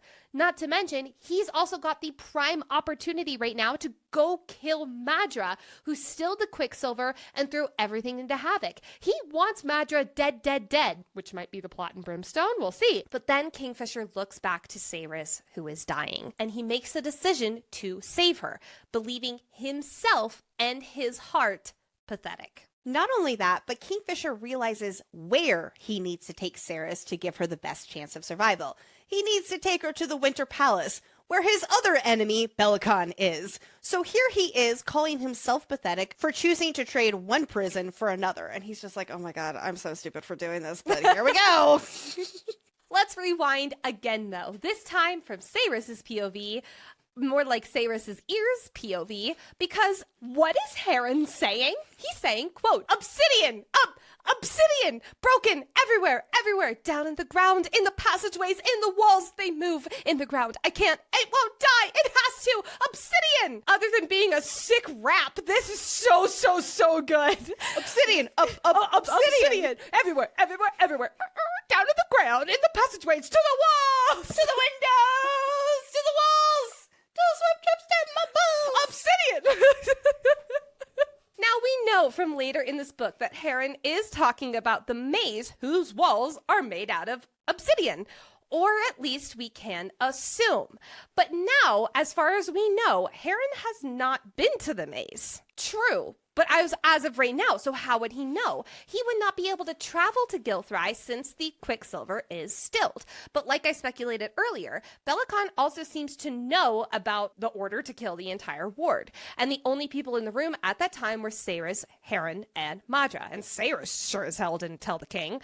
So do they have some kind of, I can't believe we're back to the conference room. Do they have some kind of conference room communication, even with the Quicksilver being stilled? Well, they mention at the end of the book that now that the trifecta is reunited, Yes. they are more powerful together again. So I don't think they would have been able to meet. Yeah. I don't think that they have had any communication with, I don't know. I don't think so, which makes Bellacon knowing about the extinguishing of the third very weird, but also here, Heron wouldn't be able to know about the obsidian in the maze. So is he talking about something else? Possibly. Like, for instance, could Heron even be sensing it here in this moment from Kingfisher? And Kingfisher, having just come from the maze, it's like he's somehow triggering Heron with this madness. It might even tie back to Heron's own misery and how he's an immortal prisoner of Madra's. And could she even have her own obsidian maze or something of the sort? We know that it was conjured up from Malcolm's mind, and Madra even compliments him on, oh, his brother, you're so good at coming up with these sorts of things. So as I say that, I don't think that she does have her own, but I do think that there is very much a connection, and I wonder if Kingfisher in that moment has something to do with it. So here's another option. Later, Kingfisher mentions that the palace on Montreath in Sanisroth, this is the place where Saris wakes up at the very end of this book, it is made out of obsidian with like super sleek walls, all of that kind of stuff. The only thing that's not mentioned is its ability to move. But given that it's also made by Malcolm, it could be. And it is also, quote, built from the bones of demons. Ooh, that feels important. So he could be referring to multiple places. I'm leaning towards the maze, but his knowledge timeline doesn't make sense. So we're going to keep an eye out for this, especially as we get to those later chapters, introductions. What if something happened when he the Quicksilver merged with him? We know that it'll fuck him up at the end. Yeah. But what if he became his own vessel, so to speak? Because he and Madra still get to the maze, and Saris isn't the one who helped them. True. I don't know. So I could see him being like a vessel for the Quicksilver or something like that, and maybe that's how he's been able to communicate with Bellacon. Or even Saris does tell Everlane about all that, and then Everlane and her do present themselves to her father. So Everlane could have been the one to tell him, not in a malicious way, but just in a, oh, all of her family's dead and all of that kind of stuff. This is what she said Madra did. Because they are on very high alert about Madra. So she could have gone to her father and been like, oh my gosh, this is what Madra said she was going to do to her people. Whatever the case, things are not looking so good for Heron. He is covered in the Quicksilver that has purposefully coated him, and he seems to have gone mad as the Quicksilver wiggles into his ear. He's left to his fate, which, as Kingfisher says, he deserves far worse for being one of Madra's puppets. Kingfisher really does think that he is leaving Heron to die, as we learn from his POV bonus chapter, as well as at the end of the book here. As Kingfisher climbs the steps back toward the Quicksilver, Ceres thinks, how beautiful death is. She knows that even while he's scowling, he's still the most savagely beautiful thing she's ever seen. And that is when we all knew we found the MMC of our story. But really, I love how she believes his introduction is death greeting her. It's his automatic sense of comfort in what should be scary.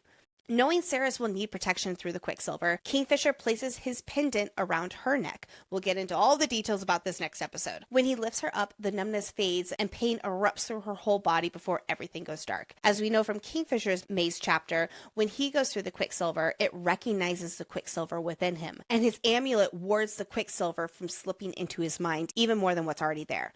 Fisher notes that he concentrates on where he needs to go and then transports through the Quicksilver. As he steps through this Quicksilver to take Ceres to a healer at the Winter Palace, Fisher says, quote, "For better or worse, I get the feeling that you're about to turn everything upside down." Yeah, she is. Wakey, wakey, Ceres, because you're not in Kansas anymore. But there is a big question. Where in the hells are you? Welcome to Aelia. Welcome, welcome, welcome, welcome, welcome, welcome, welcome, welcome, welcome, welcome to Aelia. Do you remember that from She's the Man? Nope. Okay. Before we get into the mystery guest with this soft and sweet voice, let's talk about how vastly different this place is from where Ceres just came from. Number one, it's fucking cold here. Back in Selvarin with the twin suns always in the sky, have we mentioned that it's hot, hot, hot? Here, snow is falling from the sky. Weird. And it's fucking freezing as a result. As we will learn from Everlane, we're in the Winter Palace, and it snows here 1 to 2 times a day. Hello, this is Lexi's winter home and my personal nightmare. I love it so much, and I also love that Ceres, she's always been thought of as like this ice storm because she herself is so cold and all of that, and she's finally where she belongs. I don't know, maybe like this place in particular, but in a world with snow. We gotta have the seasons, you know? Yes!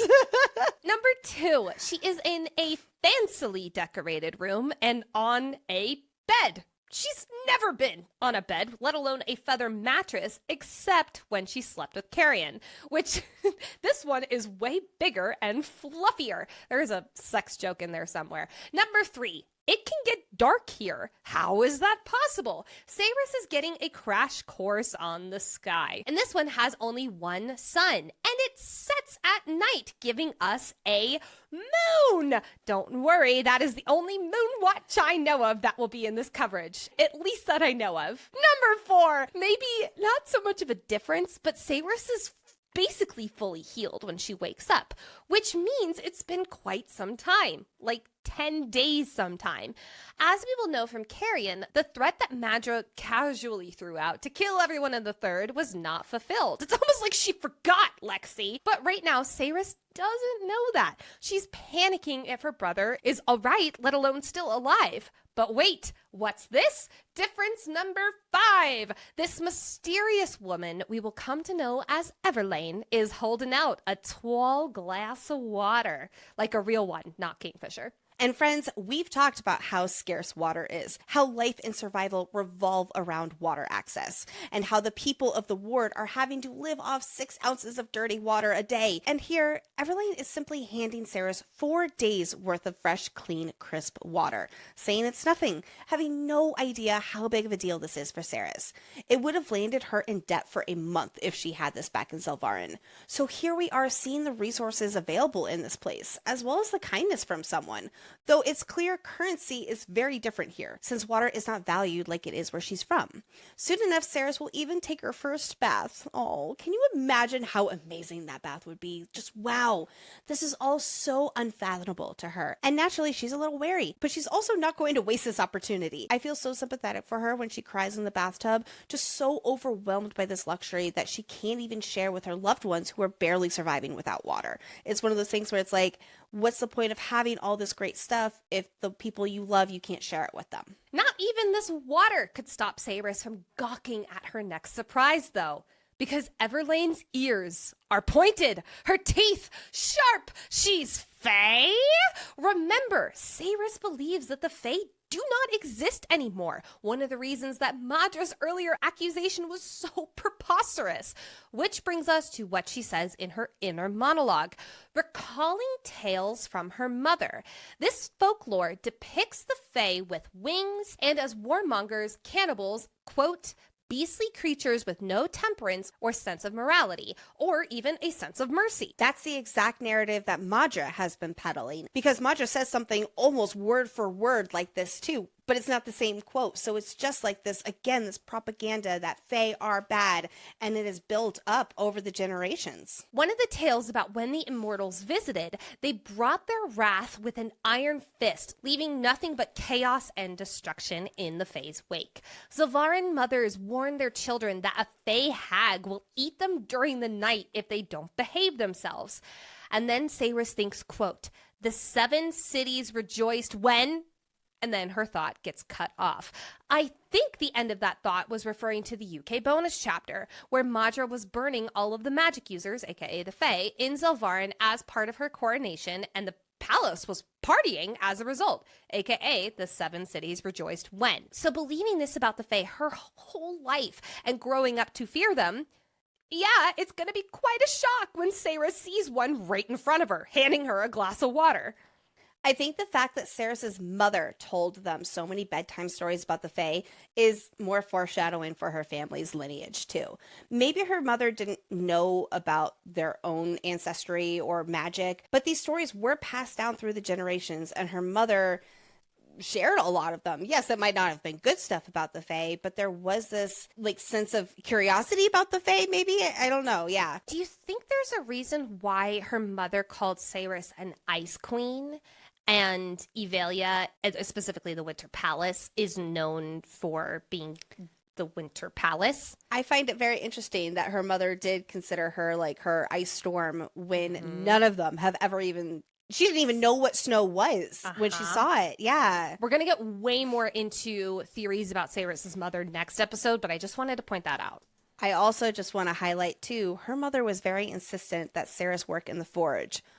What if she knew about the alchemy and knew that Ceres had to have a safe place to be able to start wielding that magic there? I also love how we get little bits of info about how the Fae have evolved. We'll dive into it more later, but we learn that the Fae did used to have wings, but it's been thousands of years. And there's the whole story behind the Canine teeth, too. I just love when there is that sense of evolution. And for them, considering how old these Fae are, it's really not that long ago. I say thousands of years, but for them, it's not that long. Yeah. Luckily, with a little coaxing, Ceres calms down as Everlane gives her answers. And Ceres gives Everlane her name. Big deal alert, since Ceres never gives her name to anyone. But pause, because prior to Ceres giving her name, Everlane was basically just guessing it and said, quote, I've been calling you Lys for the past 10 days. I thought this was quite an interesting line, so I started looking into the name Lys for any potential foreshadowing. First, there's a place on the map in the bottom right-hand corner called Lycia, which we have not been there, but it is surrounded by sea creatures. And recently, Callie Hart mentioned that book 3 was going to be a Leviathan. She meant like a Leviathan to write, but I think that that was an Easter egg. I think we're going to Lycia in book 3, and we're going to see some of these creatures, including a Leviathan. So the name Lys could be a nod to that future plot point. We also learn a little bit about the Queen of Lycia, and I'm so excited. Yes, this is absolutely going to be a future plot point. But the name Lys itself is actually a Hebrew name, meaning my God is my vow. So that also could be a nod to the gods. But when Sayrus does give her name, we get, quote, "Ah, Sayrus, a pretty name, a fey name." Alarm! Alarm! Alarm! This has me spiraling. First, what is the meaning behind Sayrus's name? In Latin, Sayrus means "you will see." Fucking fine, Callie. I guess I'm going to do my own researching. Love you, girl. Which brings me back to the very opening chapter as Sayrus is lying to the Guardian about her name. She notes that she has long dark hair and blue eyes, which is not a common trait in Zilvarin. Already, we know to be on the lookout for something to be a little off about her. Okay, Nicole, that's cool, but what does dark hair and blue eyes have to do with Sayrus's name being of Fey origin? Because later, Everlane says, quote, "Long hair is a sign of high-born status for Fey women. Others will be jealous of your dark coloring too. Dark hair is a royal trait amongst the Evelian Fey." So this caused me to go back and look for other moments in these first few chapters that would allude to Sayrus being Fey. We know from Kingfisher in chapter 8 that she must have a drop of Fey blood because she's an alchemist. I'm talking about her having well more than a drop and definitely being royal. It's noted how her and Hayden are both taller than other people in Zilvarin. Who is the other notably taller person? Karrion. But a royal Fey comment, this is what has me absolutely spiraling, because we know of two royal lines who went to Zilvarin. The Dianthus line, which is the Evelian royal line that Bellacon completely wiped out. This is Karrion's line. But a trait of the Dianthus line, at least that we know of, is that red hair. So that puts a little crack in this theory. They do both have blue eyes. It's true. Or I also wonder if her eyes could be like a reference to the twin suns, but that's a whole other thing. Madra also has blue eyes. That would be quite the twist if they were related. I don't think so, because Madra is supposed to be human. Lorith also has blue eyes. I'm starting to sense that Fae have blue eyes. Yep, absolutely. Not all of them, but some of them, yeah. Hayden doesn't. Hayden has brown eyes. We'll get back more into the Dianthus line later, but right now I also want to focus on the other royal line that came through, which is Kingfisher's father, Finran. And Finran is never killed when he is on the page in that UK bonus chapter. So who's to say that Finran isn't somewhere in Zilvarin and maybe had a kid who had a kid who had a kid who had a kid who eventually came down the line to become Sayrus? This does leave me with a lot of questions, because is Sayrus a descendant from Kingfisher's father? I don't think so. That would be an oh dear moment. But then you're also probably wondering, but Nicole, if she's a Dianthus line, that would mean she's also a descendant from Karrion's chapter. For me, from Karrion. Yes, fine. Karrion's fine. Karrion, they slept together once. Kingfisher's her mate. That's a little weird. Why is this different? That is like so different in my head. It's so different. It's very different. Yes, yes. I still keep going back to how she's so similar to the like original alchemists. And so alchemists are Fae, but Fae are not necessarily alchemists. That's my understanding there. So correct. I'm going to yes. Like, for instance, Kingfisher is Fae, but he is not an alchemist. Exactly. Yeah. Yes. So, okay, I have a question for you. What if that woman earlier in chapter 1 who was gasping, who Sayrus specifically does not look back at, what if she looks just like Sayrus? Black hair and blue eyes. Which brings me to a crack theory. What if Orlena is immortal like Heron is assumed to be, since they were both slaves of Madra? And then she, Orlena, is the one who gasped when Sayrus was climbing the wall. And because she read all the Fae history books with Karrion, she knows, Orlena knows, that dark hair equals an association with Evelian royalty. So she was gasping, seeing that, holy shit, there's a royal or something similar in Zilvarin. Okay, I love this idea. Karrion did say she got married and had babies, and now Gracia is like her great however many times great granddaughter. Yes, but it's never stated that she's human or that she died. And since she was a slave for Madra / Madra's father, she might have been gifted, like Heron, with long life. Or what if she was gifted all on her own and she felt drawn to the Quicksilver when shit was going down? Sure. So what I'm saying is she's still alive, maybe. I don't think so, but okay. I do think that Kingfisher's dad is very possibly still alive. I definitely think Kingfisher's dad's still alive. So let me take Orlena out of this. What if the woman who gasped as Cyrus was climbing the wall is someone who knows that dark hair equals Evelian royalty? So she's seeing this woman with dark hair and she's like, holy shit. It might be someone we don't know. It might be Orlena. It might be who the fuck knows who. But I think that person was gasping because they saw a woman with black hair.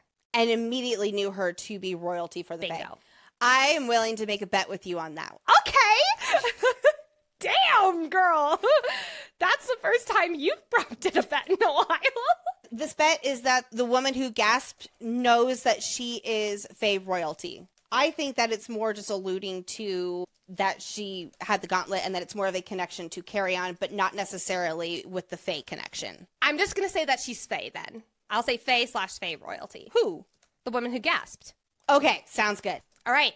So here's the bet. The woman who gasped in chapter 1 knows that Cyrus is Fae royalty. Lexi says, no, she does not know that. She was just gasping for a different reason because she's, thief climbing the wall. Me, Nicole, says, yes, she did gasp because she saw the black hair and made the connection. With Cyrus healed from her fatal wounds after 10 days, which yay for the healer, good job, it's time to meet the king of Aelia, Evelyn's father. But first, we get a quick intro of the gods, which will play a very important role later on in this book. The gods as a collective are known as the Corcoran, but their names and temples have been lost to the sand in Zilvarin. Here in Aelia, the gods are still revered. There is Styx, god of shadows, Kieran, god of secrets, Nichenai, god of masks, Meleus, god of dawn and new beginnings, Balmithan, who are twin gods, goddesses of the sky. Legends say that they were actually once one god, but when a storm came and Balmithan refused to take shelter, the powerful spirit within the storm became furious that Balmithan didn't cower before him. So he lashed out with forks of lightning, but she didn't die. Instead, Balmithan cracked and became two, becoming Bal and Mithin. Bal is the goddess of the sun / the goddess of day, and Mithin is the goddess of the moon / the goddess of night, aka Belia and Min, the twin sons in Zilvarin, whose likeness is startlingly similar to the faces carved in the walls in the Hall of Mirrors. Ding, ding, ding! Here we see that the two worlds are not so different, and they seem to stem from the same religious origins. They're connected, and this makes Cyrus go, oh shit! But I'm assuming Madra ensured the gods were forgotten in Zilvarin, and these twin sons are the remainder of the gods' references. Last, Zareth is the god of chaos and change. His statue is turned away from the hall, tucked further into his alcove than the others. The reason that his face is to the wall is that while the Fae respect him, they would all rather he pays attention to others than themselves. They touch his foot to guide him away from them. The Fae pray to each member of the Corcoran that they will return to Aelia, but in secret, a lot of them pray that Zareth gets lost along his journey. Entering through a set of massive wooden doors, Lady Everlane Dabara leads Cyrus into the grand hall of the Evelian court. Inside this room, the 40-foot-high ceiling is covered in sculptures and delicate stonework with tapestries and embroidered banners on the walls. A fire burns at the foot of the dais, and above it is the skeletal remains of the last dragon, Omnom Shakrai. Oh, you mean that dragon that we met in a bonus chapter, The Gate, or I guess 2 chapters, The Gate Part 1 and The Gate Part 2. Yes, I am talking about the dragon from the Battle of Aegon Gate, who broke his oath to protect the city for Malcolm. And in return, he would receive treasures for his help in taking down the city. This is also the Drake who killed Renfis's twin sister, Mirel. Fuck you, Omnom Shakrai.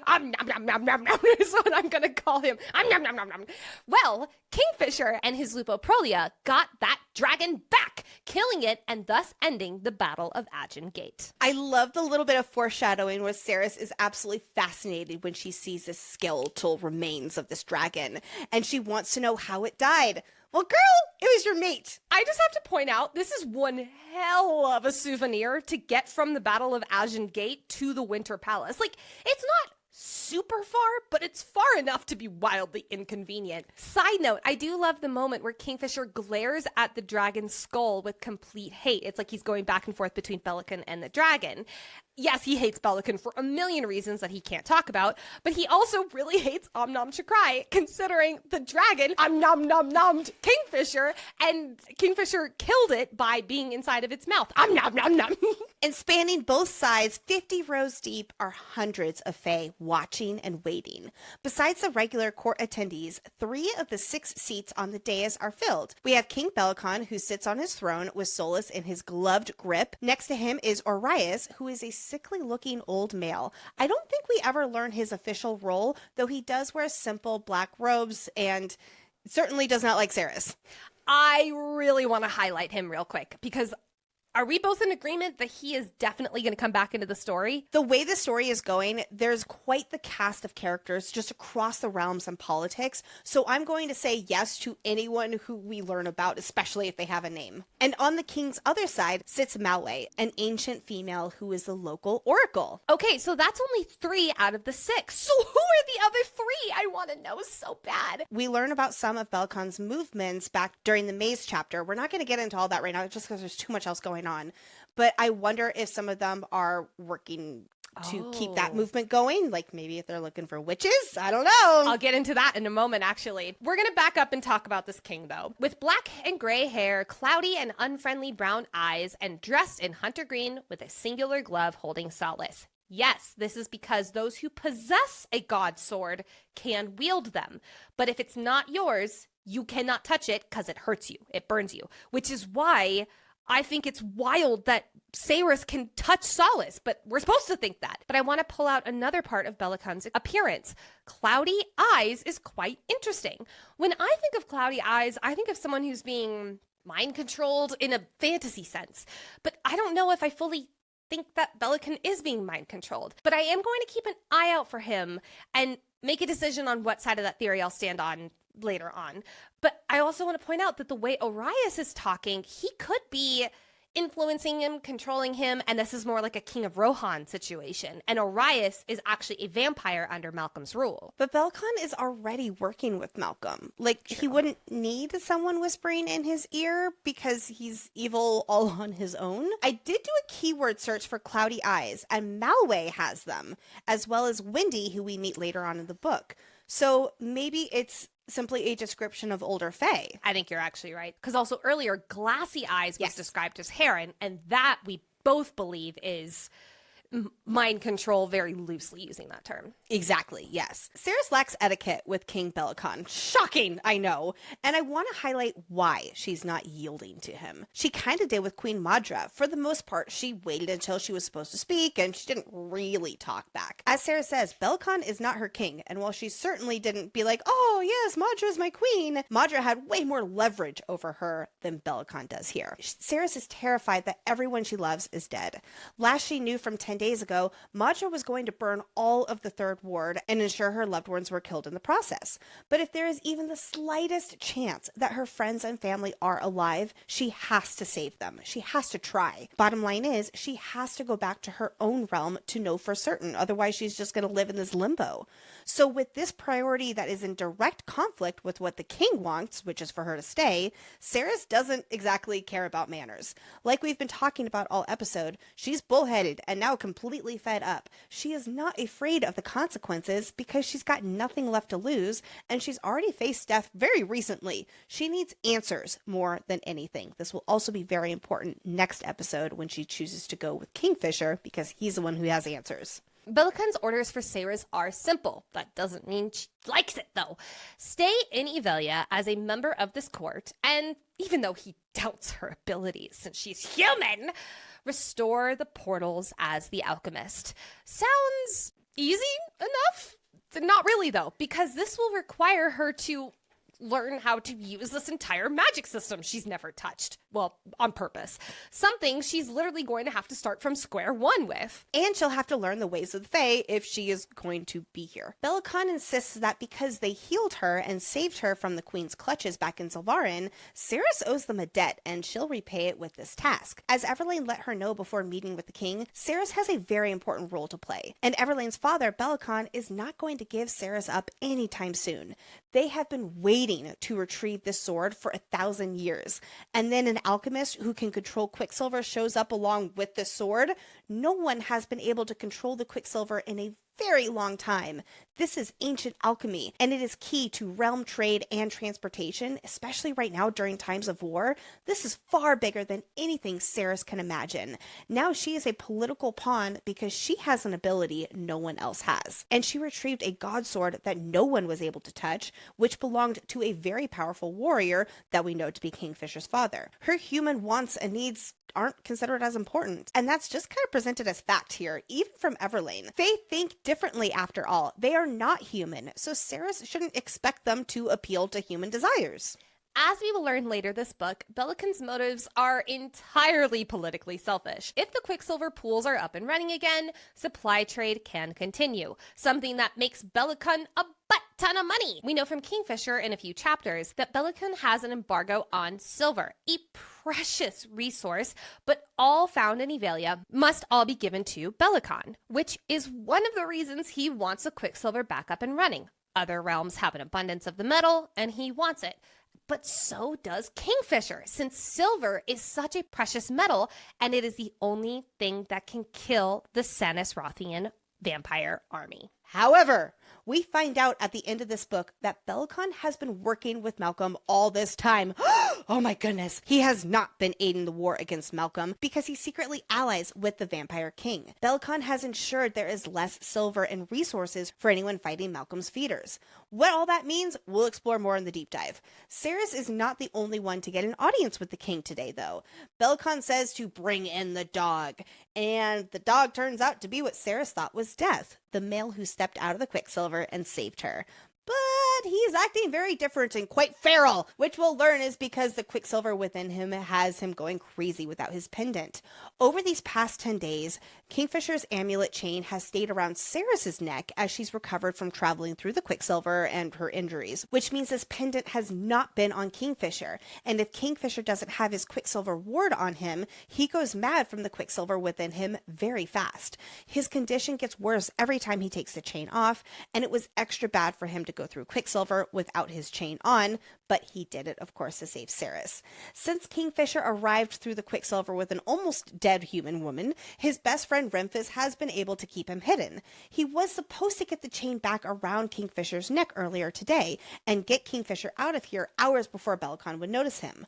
But the guards were suspicious and attacked Renfis on his way to give Kingfisher the chain. The guards then took the chain, gave it to Bellacon, and they imprisoned Kingfisher. That's how he's here right now. Bellacon wants his stepson to answer for his crimes from a century ago, or at least that's what this performance is all about. As the dog comes in, it seems from the crowd that we're getting two very different reactions to Kingfisher. They're either calling for his head, saying how he's the scourge of Aelia, a monster, and that he should die.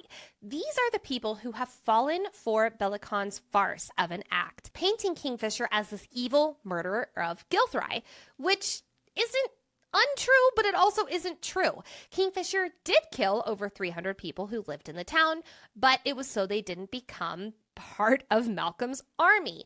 Bodies that did end up chanting Anaroth more at him for over 100 years while he was in the maze. Poor Fisher. And now these people are all calling him a murderer for it. Then there's the other side of the crowd who are screaming for mercy or for him to be set free. I don't think they know the truth about the Gilthry incident. I do think they know that it happened, obviously, because it's apparently a very widely known story. But I do think they also know about some of his other heroic moments, like the Battle of Ashengate or the myriad of ones that people will call out in a tavern in 2 episodes.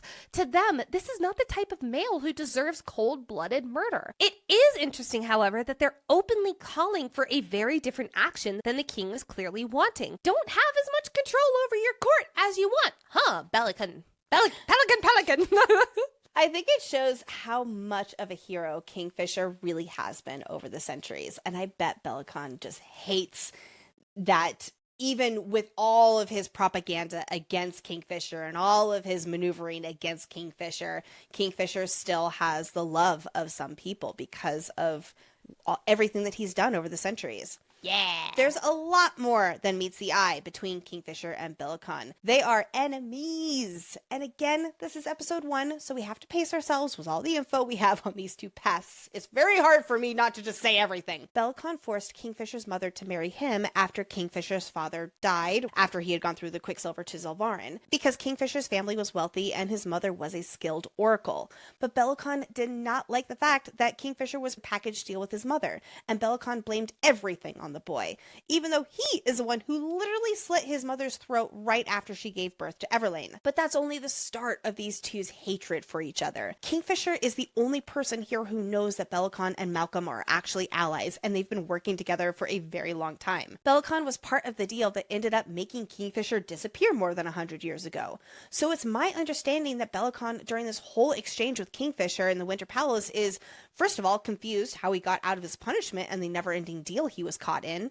And number 2, he's also a little bit curious about Kingfisher's involvement in opening up the Quicksilver, because it does greatly help him with that Quicksilver opening up. And so he's kind of seeing where Kingfisher falls in this. Let's turn our attention to another very important member of this court, Malway.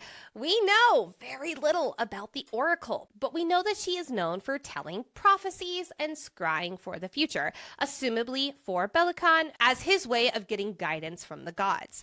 We also know that she was very close with Kingfisher and Everlane's mother, who was also an Oracle. While Bellacon continues living his ringleader life and riling up his court, Everlane turns to Malway and asks her to do something, anything. After all, Everlane doesn't want to see her half-brother torn to bits from an angry crowd.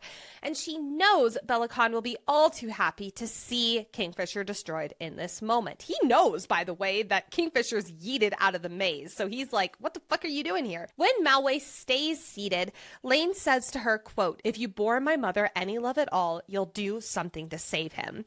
It's only then does Malway stand up and move towards the king, saying that, "Oh, she has to give a prophecy now." And the Academy goes to... Ooh, the sword is calling to Malway, and the last vestiges of the weapon's magic echo with prophecy. Woo! When she holds the god sword Solace, light shines out of her eyes and illuminate the space. Holy moly, does she do this on purpose for her own dramatic effect? Can she turn that thing on or off? Or is there actually a magical quality about the sword that she feels when she touches it here, and it actually does activate? I don't know if I would say an actual prophecy, because this is a false prophecy, but there is definitely a magical trigger there. I think that this is a real prophecy. And then when she touched Solace, she was like, oh shit, prophecy. Oh, okay. Well, here's the prophecy, whether it's fake or not. It was supposed to be fake, at least, is that Malway says that the gods must be obeyed. Malway goes on to prophesize that Kingfisher's pendant must be returned to him, that Bellacon had taken from Rymphis, that Rymphis has gotten back from Ceres earlier. Well, Bellacon can't go against the gods' orders now, can he? As much as he wants to, kill Kingfisher or put him on trial here for all these terrible things that he knows that he didn't actually do. And Bellacon wants to keep this pendant that keeps Kingfisher sane. So there's a few things here. First, when Malway reaches for the sword, quote, "A river of blood, bright blue, spilled down the steel." I flipped out about this, and I reached out doing our first Callie Hart question to see if she would give us any insight into why the blood is blue. And Callie so lovingly said, "Yeah, I can't answer that because it will be explained later in the series." To which I said, That's fine. That means I get to put on my theory hat. So my first thought is that all oracles have blue blood. I think personally it's an witchy element into this world. Looking at you, blue blood clan. But there's also an interesting tidbit of info that we learned from Taladeus in Kingfisher's bonus chapter, The Maze. We learned that Bellacon is also wanting something from the Balkadir clan witches. Could Malway be a witch and have a connection to the Balkadir clan? Other than that, I'm kind of shit out of luck, but I'm leaning towards that. And like the blue blood is a oracle / witch trait that the Balkadir clan has. I'm definitely going to keep my eye open for that there. Mm-hmm. Yeah. Let's move on to the prophecy itself now. I'm going to really split it into, I'll call it 2 sections. Part 1 is the very straightforward words. Kingfisher does not die by Bellacon's hand. I'm going to go out on a limb here and say, I don't think Kingfisher's going to die by Bellacon's hand. I really do think that this is her making a false prophecy so Bellacon does not kill Kingfisher right here. Let him go on trial here so that he can execute him. This is her way of saying, don't do it! I think it's a false prophecy, but I also think that, like many fantasy prophecies, it's going to have that double meaning. So it has this very short-term bonus of, Kingfisher not dying by Bellacon's hand, but it is also going to be a longer-term prophecy that Kingfisher will never die by Bellacon. And then part 2, I think it's going to be a little bit more coded. So we get, quote, the gods must be obeyed lest House Dabara fall. I'm 1000% sure that House Dabara is gonna fall. I can absolutely see it being because of Bellacon's brashness. Like maybe he hears a prophecy from an oracle or a Balkadir clan witch, and he does not follow it, thus pissing off the gods, and then House Dabara is gonna fall. Then we hear Remphis's voice boom, send him back to the front! I'm sorry, Lexi, I want the Scottish accent, please. Send him back to the front! That was it better? That was as good as I was. That's actually a lot better than I was expecting it to be. Well, no Anthony Palmini, but no one's Anthony Palmini. Renfis, who is a well-respected general and one of my favorite side characters too. Obviously, there's Karrion, but Renfis is fantastic too. All of them are. He wants to get Kingfisher back to his people, out of this danger with Bellacon, and back to the front lines of this war. As soon as he heard Kingfisher was back, which I'm assuming he learned from Everlane or something along those lines when he returned back to the Winter Palace there with Ceres, Renfis raced to the Winter Palace from the front to retrieve him. He's like, all right, great. Like, I got to go get him out of this trouble and bring him back where he is needed so badly. We will later learn just how royally fucked they are fighting the war against Sinistroth over on the Darn River. Renfis actually says 6 months here before they are overtaken by vampires and everything they fought for hundreds and hundreds of years goes down the drain because they're all dead.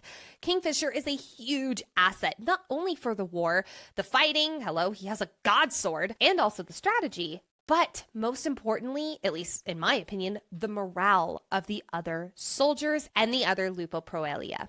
Bellacon, on the other hand, really wants to make Kingfisher suffer now that he is in his grasp. Like I said, these two have a lot of history, and Bellacon has the upper hand here against Kingfisher. He wants to blame Kingfisher for what happened at Gilthry and make everyone turn against him. Even though Bellacon was behind the whole thing with Gilthry, and he ensured Kingfisher could not help the people, and here he is just stoking the flames, being like, oh yeah, it's all this guy's fault. Bellacon also recognizes that Kingfisher is an asset in what he wants to accomplish with the Quicksilver that really cannot be understated either. And as king, Bellacon is very conscious of his image, and Renfis has kind of caught him.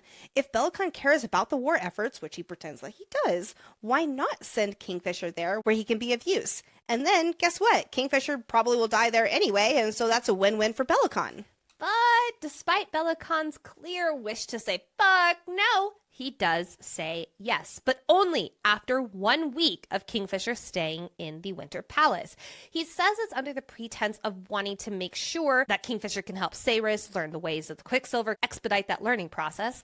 But I also think Bellacon wants to get word to Malcolm about Kingfisher's whereabouts. I mean, like I said, he has to know that Kingfisher has obviously escaped the maze. And so here Bellacon is like, Malcolm, I found him. I found him. And maybe he also wants to get word to Madra as well. They're communicating somehow. And then sending him back to the front where he will be easy to find for Malcolm and manipulate Kingfisher to get back to Malcolm's side. Remember, Malcolm doesn't necessarily want Kingfisher dead. He just wants him in a really creepy way that we'll talk about more later.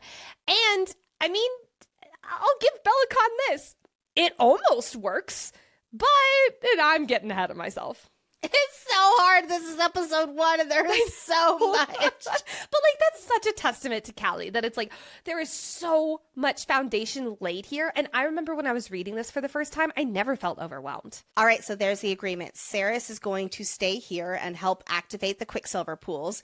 Kingfisher is going to stay here for only 1 week and then he's back to being banished. And he's going to help Saris with everything that he knows about the Quicksilver pools. And then he's going to get sent back to the front there. So, all right, that all sounds good.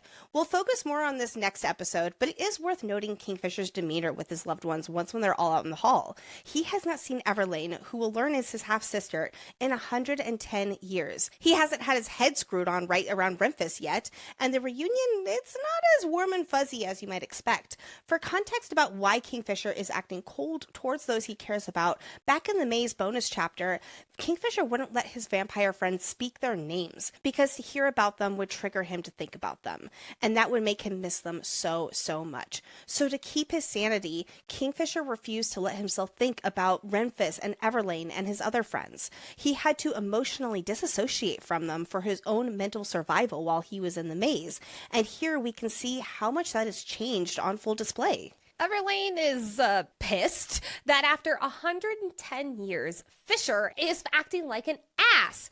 Without getting too much into the details for now, let's talk about where Fisher has been, because it was not on a fucking holiday. Kingfisher wanted to bargain with Bellacon and Malcolm for the last few remaining citizens of Gilthry before the entire town was killed by a horde of vampires. So they made a blood oath with a coin.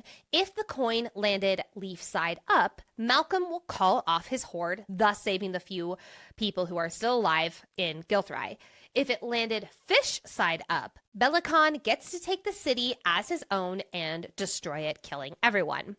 But when the coin was flipped, Malcolm caught it before it hit the ground, giving him free rein to set his horde onto the city. So Kingfisher torched the entire city and locked everyone inside. Sadly, it was too late. They were all turned and thus were able to still be alive and in the maze chanting Anorath more. So the vampire struck another deal with Fisher. If Fisher could find the coin in a labyrinth that Malcolm erected, Kingfisher could end the suffering of all the citizens of Gilthry. Because remember, they're all feeders and they're still alive technically, and they're just like, they're in this constant state of torture.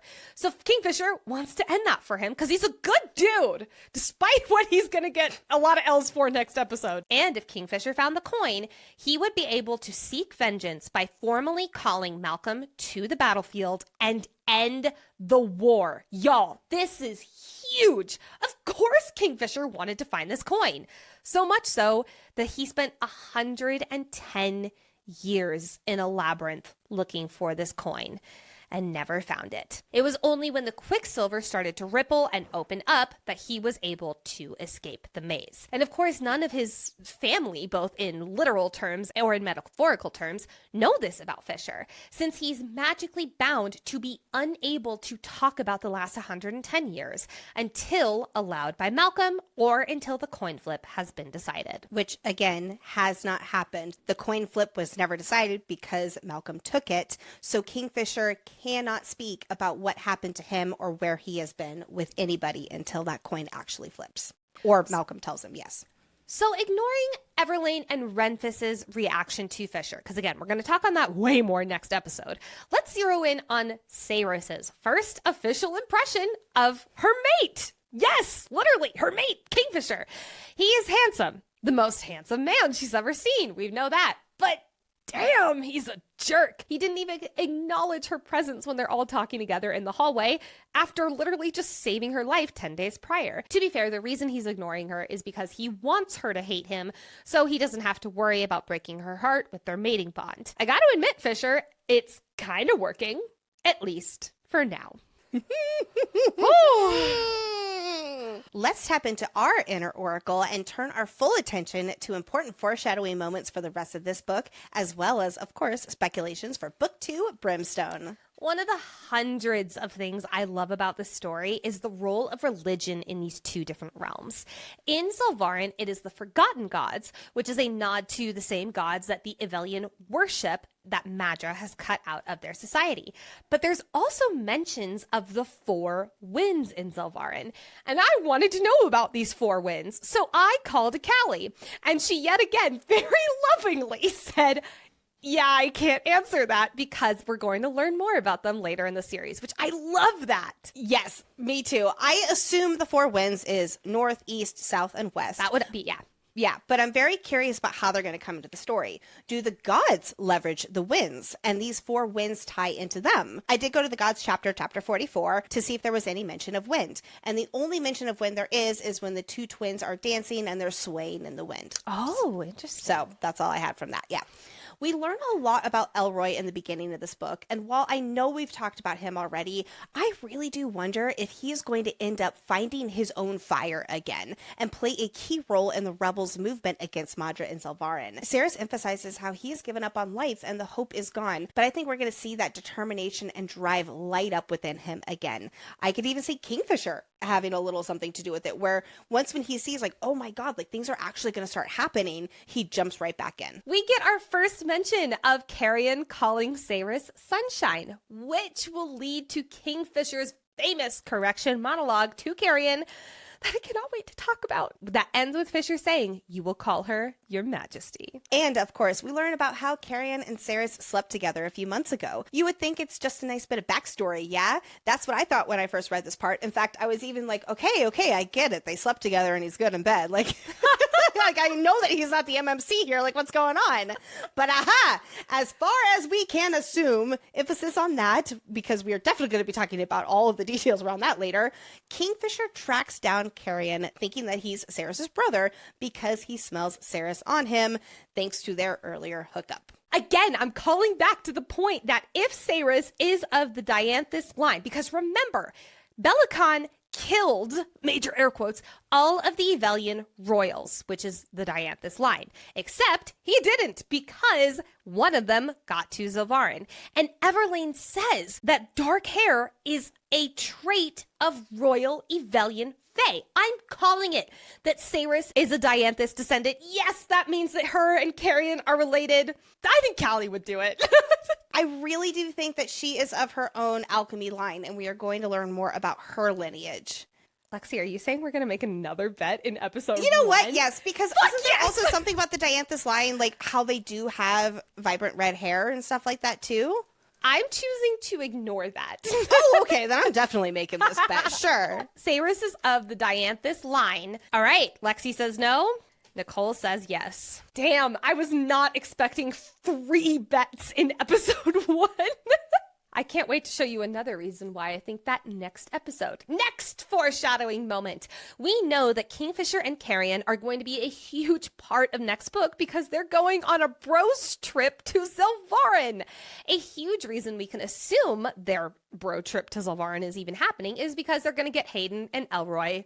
Again, I cannot wait to see Hayden and Kingfisher interact. So see, I wonder if Karrion has some allies in Zelvarin. I know he has kept a very low profile, but he has lived there for 1,000 years. I have a very hard time believing he's barely left the Third all this time. We get too many teasers of what's beyond the Silver City. So I could see him serving as like a tour guide to recruit allies against Madra when they go back to Zelvarin. Oh, interesting. I think the reason they're going is to kill Madra or to get info on her, especially after Kingfisher almost stepped on Saris's body or then stepped over Saris's body to go kill Madra in the Maze bonus chapter. Speaking of which, we might get to see Karrion/Kingfisher interact with other people in Zelvarin because we also get a few mentions of people Saris knows in the Third. We get Rohanna Bryn, who is a trader who only trades in food and water versus trading in money. She also trades illegal fruits. Love that. And then we get Vorath Saw, who sells snake oil, which Saris mentioned machinations are tiny fragments of metal that Vorath claims to have traces of arcane magic. I think Shao will return to the story and knows something about magic and alchemy, as well as hook our crew up with the right contact for something. However, I'm also very concerned for his well-being because Sarah's heard a cry from his shop as she fled earlier. Though I did read that part in chapter 3, and I can only assume as the Guardians are chasing after her that something must have happened off page because they didn't get anything on the page description about his demise or anything like that. Maybe he'll just be maimed and he'll be mad at Saris if we meet him again. Other things that this man sells, though, are sand rabbit's feet that are said to ward off disease and, quote, a glass vial of cloudy liquids that were supposed to bestow gifts upon you if you drank them. That's gonna come back in our story. Holy shit! Yes, I agree. I also have to bring up the Queen of the Lycian Fae, who takes potions and drinks vampire blood to extend her life. There's literally another example of somebody extending their life for a very, very long time. God. She's like 3,000 years old. This is so good. While Saris is internally scoffing at these supposed gifts, she thinks about how humans were no longer able to do things like, oh, I don't know, read other people's minds. We'll see that later in this book. And in the UK bonus chapter, we also saw Kingfisher's father communicate with the slave woman who takes Karrion in via minds. Yes! They talk to each other in italics, or he talks to her mind to mind. Yeah. Yes! We also hear about the power of making blood boil in someone's veins. Absolutely think that's going to come back later in the series. And gifts of granting themselves eternal luck. God, I hope we see this magic. Maybe I'm still on high alert about sun descriptions from Kindred's Curse, but on the day the story opens, the larger of the twin suns is rimmed with, quote, a strange blue corona. Sunwatch, everybody! In chapter 44, we will meet these two twin goddesses. The only connection I can gather from this blue description is that they both have royal blue eyes. So I'm kind of wondering, is the twin watching Sarah's closely right now, knowing what's about to happen? And like, that's why there's like a little rim of this blue around the sun. Like this little detail is going to stick with me because I guarantee it is not an accident. Oh my God, that's so good. Saris notes how Everlane seems quite young, like 24, 25, around the same age as Saris. But no. Everlane is 1,486. Goodness. As Saris gives Renfis the amulet, she notes how it is cold. It's so cold it might as well be made of ice. This is because it's made of Quicksilver, or at least a major element in this necklace is Quicksilver, which we will learn next episode when Kingfisher literally drops Quicksilver into Saris's hand, that it is so cold it practically burns. Everlane says to Saris as she's introducing her to all the gods that the Fae in Aelia pray that the Corcoran will return to Aelia one day. Do you think the gods are going to return to the Fae world at some point in the series? Yes. as physical beings in the world? Yes. Yeah, I agree. Absolutely. Yes. Last one, question for you. Knowing what we know about the sorrowful stories that mating bonds are in this world, do you think that Saris calling Fisher death upon first meeting has any foreshadowing to it? Well, I didn't until just now. Now it is time to enter Rusarius's library, full meal and all, no crackers out of the window, where each episode Lexi guides us through a world-building topic to help us deepen our understanding of this world and the magic within it. All right, everybody, buckle up because today's Rusarius's library topic is Zelvarin. While these are the only chapters of the book that were in the Silver City, we know Kingfisher and Karrion are going to be returning here in Brimstone, and there's so much more to Madra, Kingfisher's father, and Karrion with this place, but for now, I'm going to keep the focus on Zelvarin. Zelvarin is both the name of this human realm and the main city, so let's start with general knowledge of this realm itself. Zelvarin is a hot, windy desert with two twin suns, Thalia and Min, which dip low in the sky but never actually set. There are no moons here, which means it's never dark. There is always sunlight here. Sand is also always blowing in your face, and in Saris's lifetime, it has only rained once, which was 16 years years ago. So it's very, very, very rare, and it was the only time anyone across generations had seen this happen.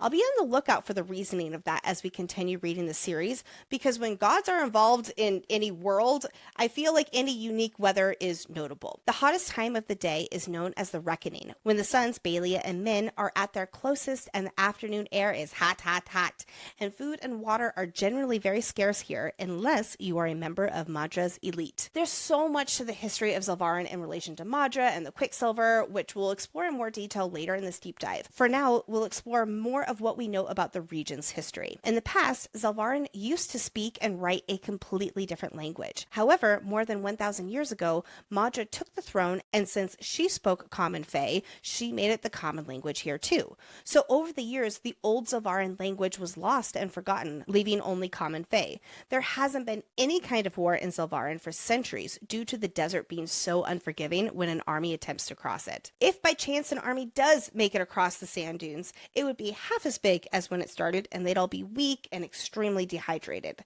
Since they could never win against Madra without access to a water source, and she's the only one with one, they stopped coming. This means that now Madra no longer keeps an army the way she did centuries ago. She simply doesn't need one, though Kingfisher does speculate that that'll change now that the Quicksilver pathways are opened and other realm armies can theoretically get to Madra. Let's talk about this Queen Madra. She goes by many names, including the Immortal Queen, the Undying Queen, Madra the Undying, Lady of Zelvarin, and even the Bitch Queen by Bellacon. She's over 1,000 years old and was young when she ascended the Zelvarin throne, only 29 years old.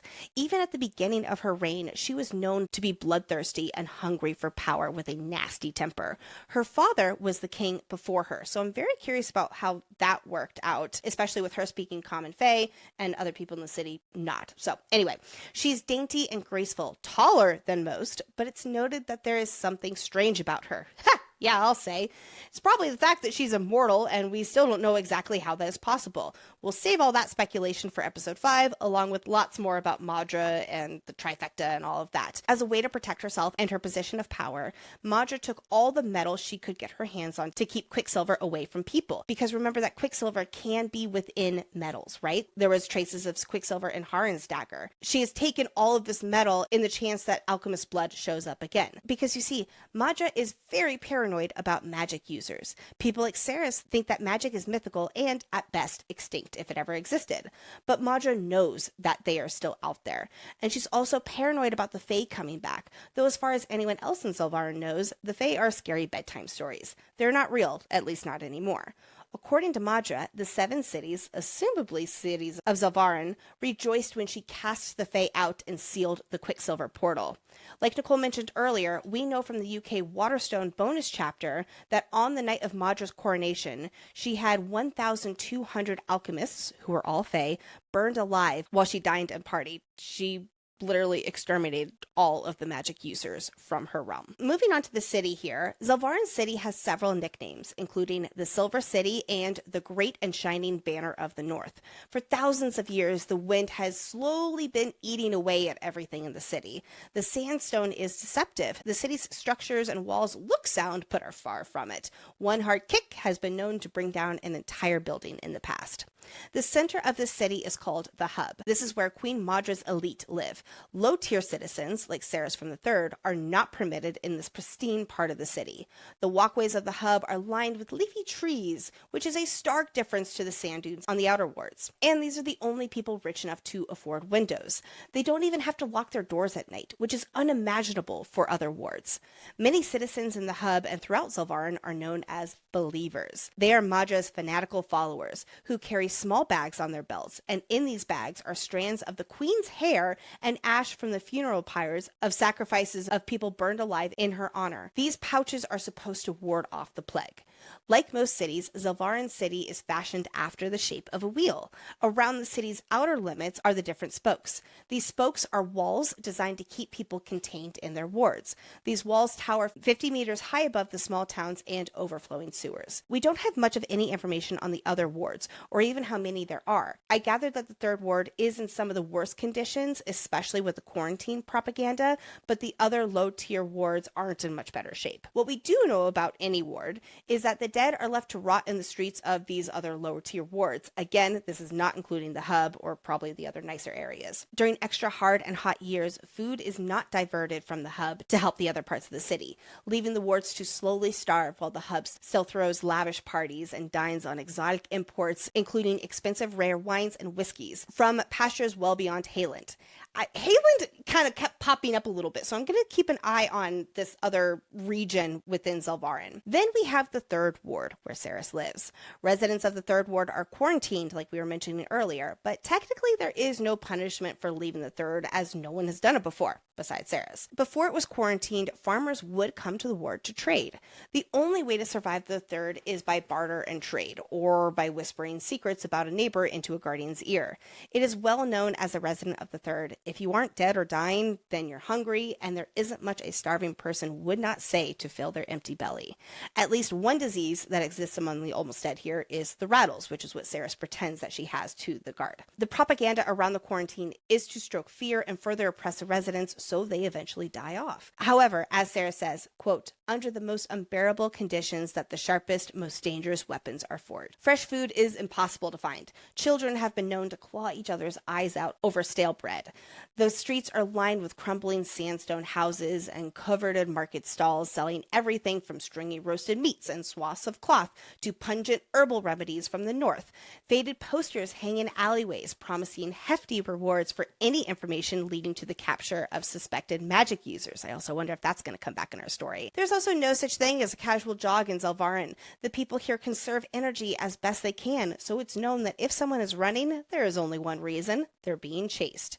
And if they hear a tortured scream, it's a guarantee that a guardian is taking liberties or spilling blood. Water in the city is strictly rationed, and we know at least in the third ward, citizens only get 6 ounces a day, and the water they do get is dirty and only has most of the solids filtered out. Residents in the hub, however, don't need to worry about these water rations. They get as much fresh, clean water as they want. As for Madra's Palace, I know Nicole already talked about the all-important Hall of Mirrors where the Quicksilver pool is, but a little bit more on it is that the pool is 15 feet wide and has been still for more than 1,000 years until Ceres just woke it up by drawing the sword out of it. But for the rest of the palace, we know that it sprawls out with all vaulted ceilings, arched alcoves, and lifelike paintings of stern-looking people who Ceres presumes is Madra's predecessors. There are cells under Madra's palace that get excruciatingly hot. The condition of the cells with no water, clean air, and reeking of the smell of rotting corpses is bad enough to make even the high executioner throw up. According to Ceres, even just 8 minutes in the cells is too long to be down there, especially during the reckoning, when the two suns are at their hottest point. Also under the city is a network of dark tunnels that carry water to the different wards, which people, like Ceres, will risk their lives to enter and siphon clean water from. Knowing how to access this water has been instrumental in survival. Let's talk about the Guardians a little bit. Queen Madra's pride demands that her guards be the best of the very best. They are killing machines. Recruits undergo formidable training before being accepted into Queen Madra's guard. Those who are selected from the grueling 18-month program are repeatedly half-drowned and beaten via every martial arts system recorded in the city's libraries. By the time they graduate, they are able to tolerate unimaginable amounts of pain and have mastered their weapons to the point that they are unbeatable in a fight. Queen Madra's Guardians not only have the best skills, they also have to look the best. Guardians are known for wearing gold armor that is impenetrable by blade or magic. I wonder if that's going to come back into play too. But this armor is incredibly heavy, leaving Guardians unable to run, jog, or climb. So yep, looks fancy, and the point is to show off the sense of wealth instead of having practical uses. If the Guardians aren't pounding on doors, checking to make sure people aren't making weapons, then they are kicking them down, hunting for magic users. They occasionally visit Elroy's glassmaking forge to ensure he is not making weapons or anything illegal. It's common knowledge in Zelvarin City that to lie to a Guardian means death. Just a few other super random facts too, is that spiders are plentiful here in Zelvarin, some the size of dinner plates that'll eat your fingers when you're sleeping. Like, oh my goodness gracious. And like we already mentioned, dark hair and blue eyes is not common in the Silver City. Now let us close out this episode with prancing through the snow with Onyx and talking about much nicer things, including our favorite moments, other than fucking spiders the size of dinner plates. The owner of House of Kala is named Bryn, and I love the whole story about how no one knows her last name. She says she lost it as a child and never bothered to locate it again. Just what an answer. Though I also like that there's a nod to a different language with where she's from, and maybe it's a nod to her coming back into the story and offering more insight into the Zelvaran world beyond. Karrion Swift, you smooth talker, you. I love as Saris is leaving, he says, quote, "Even filthy and tired, you're still beautiful." Ugh. Honestly, their whole conversation at House of Kala, he's such a fun character to read, and it was very difficult not just to like pull out everything from that whole dialogue. Am I the only one who thinks it's rather odd that it's called the Silver City, but Madra ensures that all of her guardians wear gold? I think that is very, very interesting that it is called the Silver City. Yes. Yeah. This is such a deep cut. But when we were doing the lead up to announcing that Quicksilver was going to be the next deep dive, my loving history nerd of a husband gave a clue to our Discord for our fantasy fan club that was so good. It was ridiculous. The clue was, quote, "It's simple. Use hypos dishonestly mid-discovery. Reverse, then subtract. That's where the cow will be." If you're confused, allow me to explain. Because he also explained this to me at first thing in the morning, and I was like, what the fuck are you saying?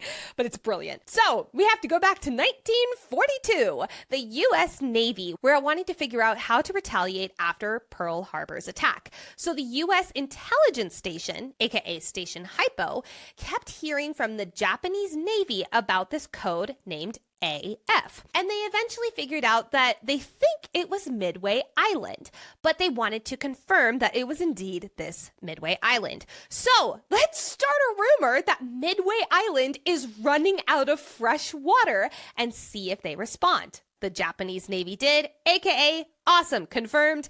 Midway Island equals AF. So going back to the clue, use hypos dishonestly mid-discovery. That's AF. Reverse, then subtract. If we add numerical values to A and F, it's 1 and 6. Reverse, then subtract. 6 minus 1 is 5.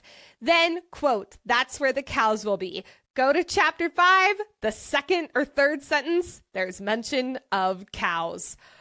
Brava, Brett. That's one way of saying it.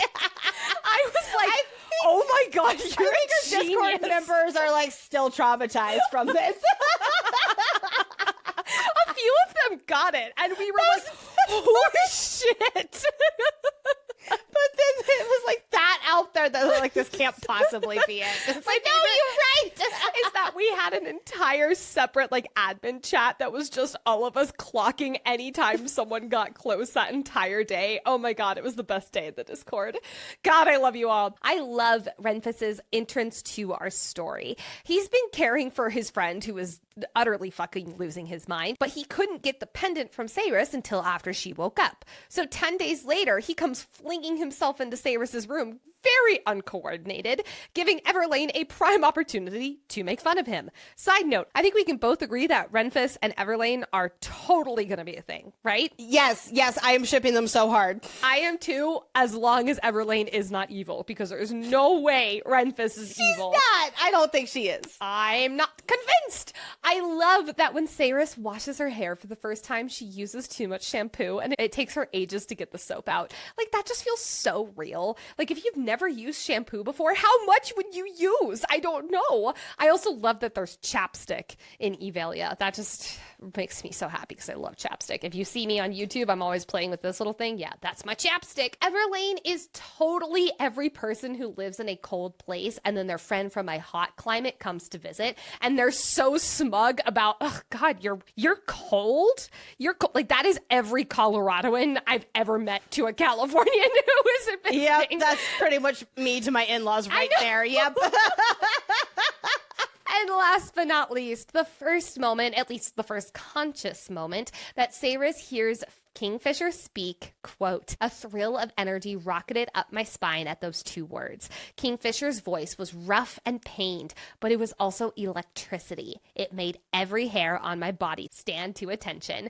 Mating bond!" Yay! Yay! With that, friends, episode 1 is officially in the books. Huzzah! Thank you so much for listening to this first episode of our Quicksilver Deep Dive. We will see you again this Thursday. Yeah, you get 2 episodes this week. This Thursday with episode 2, where we are covering Quicksilver chapters 8 through 14. Yes, that is right. 2 episodes in 1 week as we kick off our Quicksilver coverage. Then we'll be back to our weekly Monday episodes with episode 3. We'd love to give the biggest warm welcome to our newest Feral fan. Yay for joining in time for this first episode. Missy, you get this whole episode to yourself. Yeah! I hope you luxuriate in this feeling. Thank you so much for joining, Missy. Welcome to the Feral fans. And if you're like, hey, I want my name shouted out on the podcast and to be shouted with all this love too, join our fan club at fantasyfangirls.com/fan club. The link is also in the show notes. Thank you, as always, to our master librarian, aka our content researcher, Brooke, and our executive producer, aka our sanity manager, not younger brother, Hayden. We love you. We are very active on social media, and we'll have Quicksilver weekly trivia, book guides, and lots more. So please be sure to follow us on Instagram and /or TikTok at Fantasy Fangirls Pod. And if you're watching this on YouTube or want to watch it on YouTube, pretty please hit that subscribe button to keep following along. While you're hitting buttons, please go ahead and hit that 5-star button on whatever podcast platform you're listening on. And if you're feeling extra generous, which please do, go ahead and write a love note in that review section. And don't just do it for this podcast, although yes, we would love and appreciate that, but please do it for all podcasts that you listen to. It's one of the best ways to give your favorite podcasters a hug. And last, but certainly not least, share this episode with your fellow Quicksilver friends. If you, like us, fell in love with Karrion Swift from the get-go, this is the perfect episode. Dear fellow Swiftie lovers. Yay! We did it! I'm so excited! And we're still together. Mostly, yeah. Bye, everybody. Bye. The gods as a collective are known as the Corcoran. The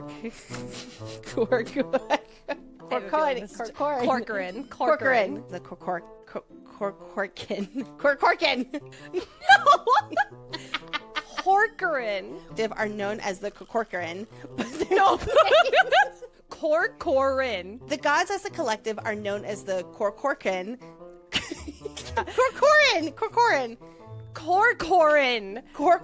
Corcoran. The gods as a collective are known as the Corcoran.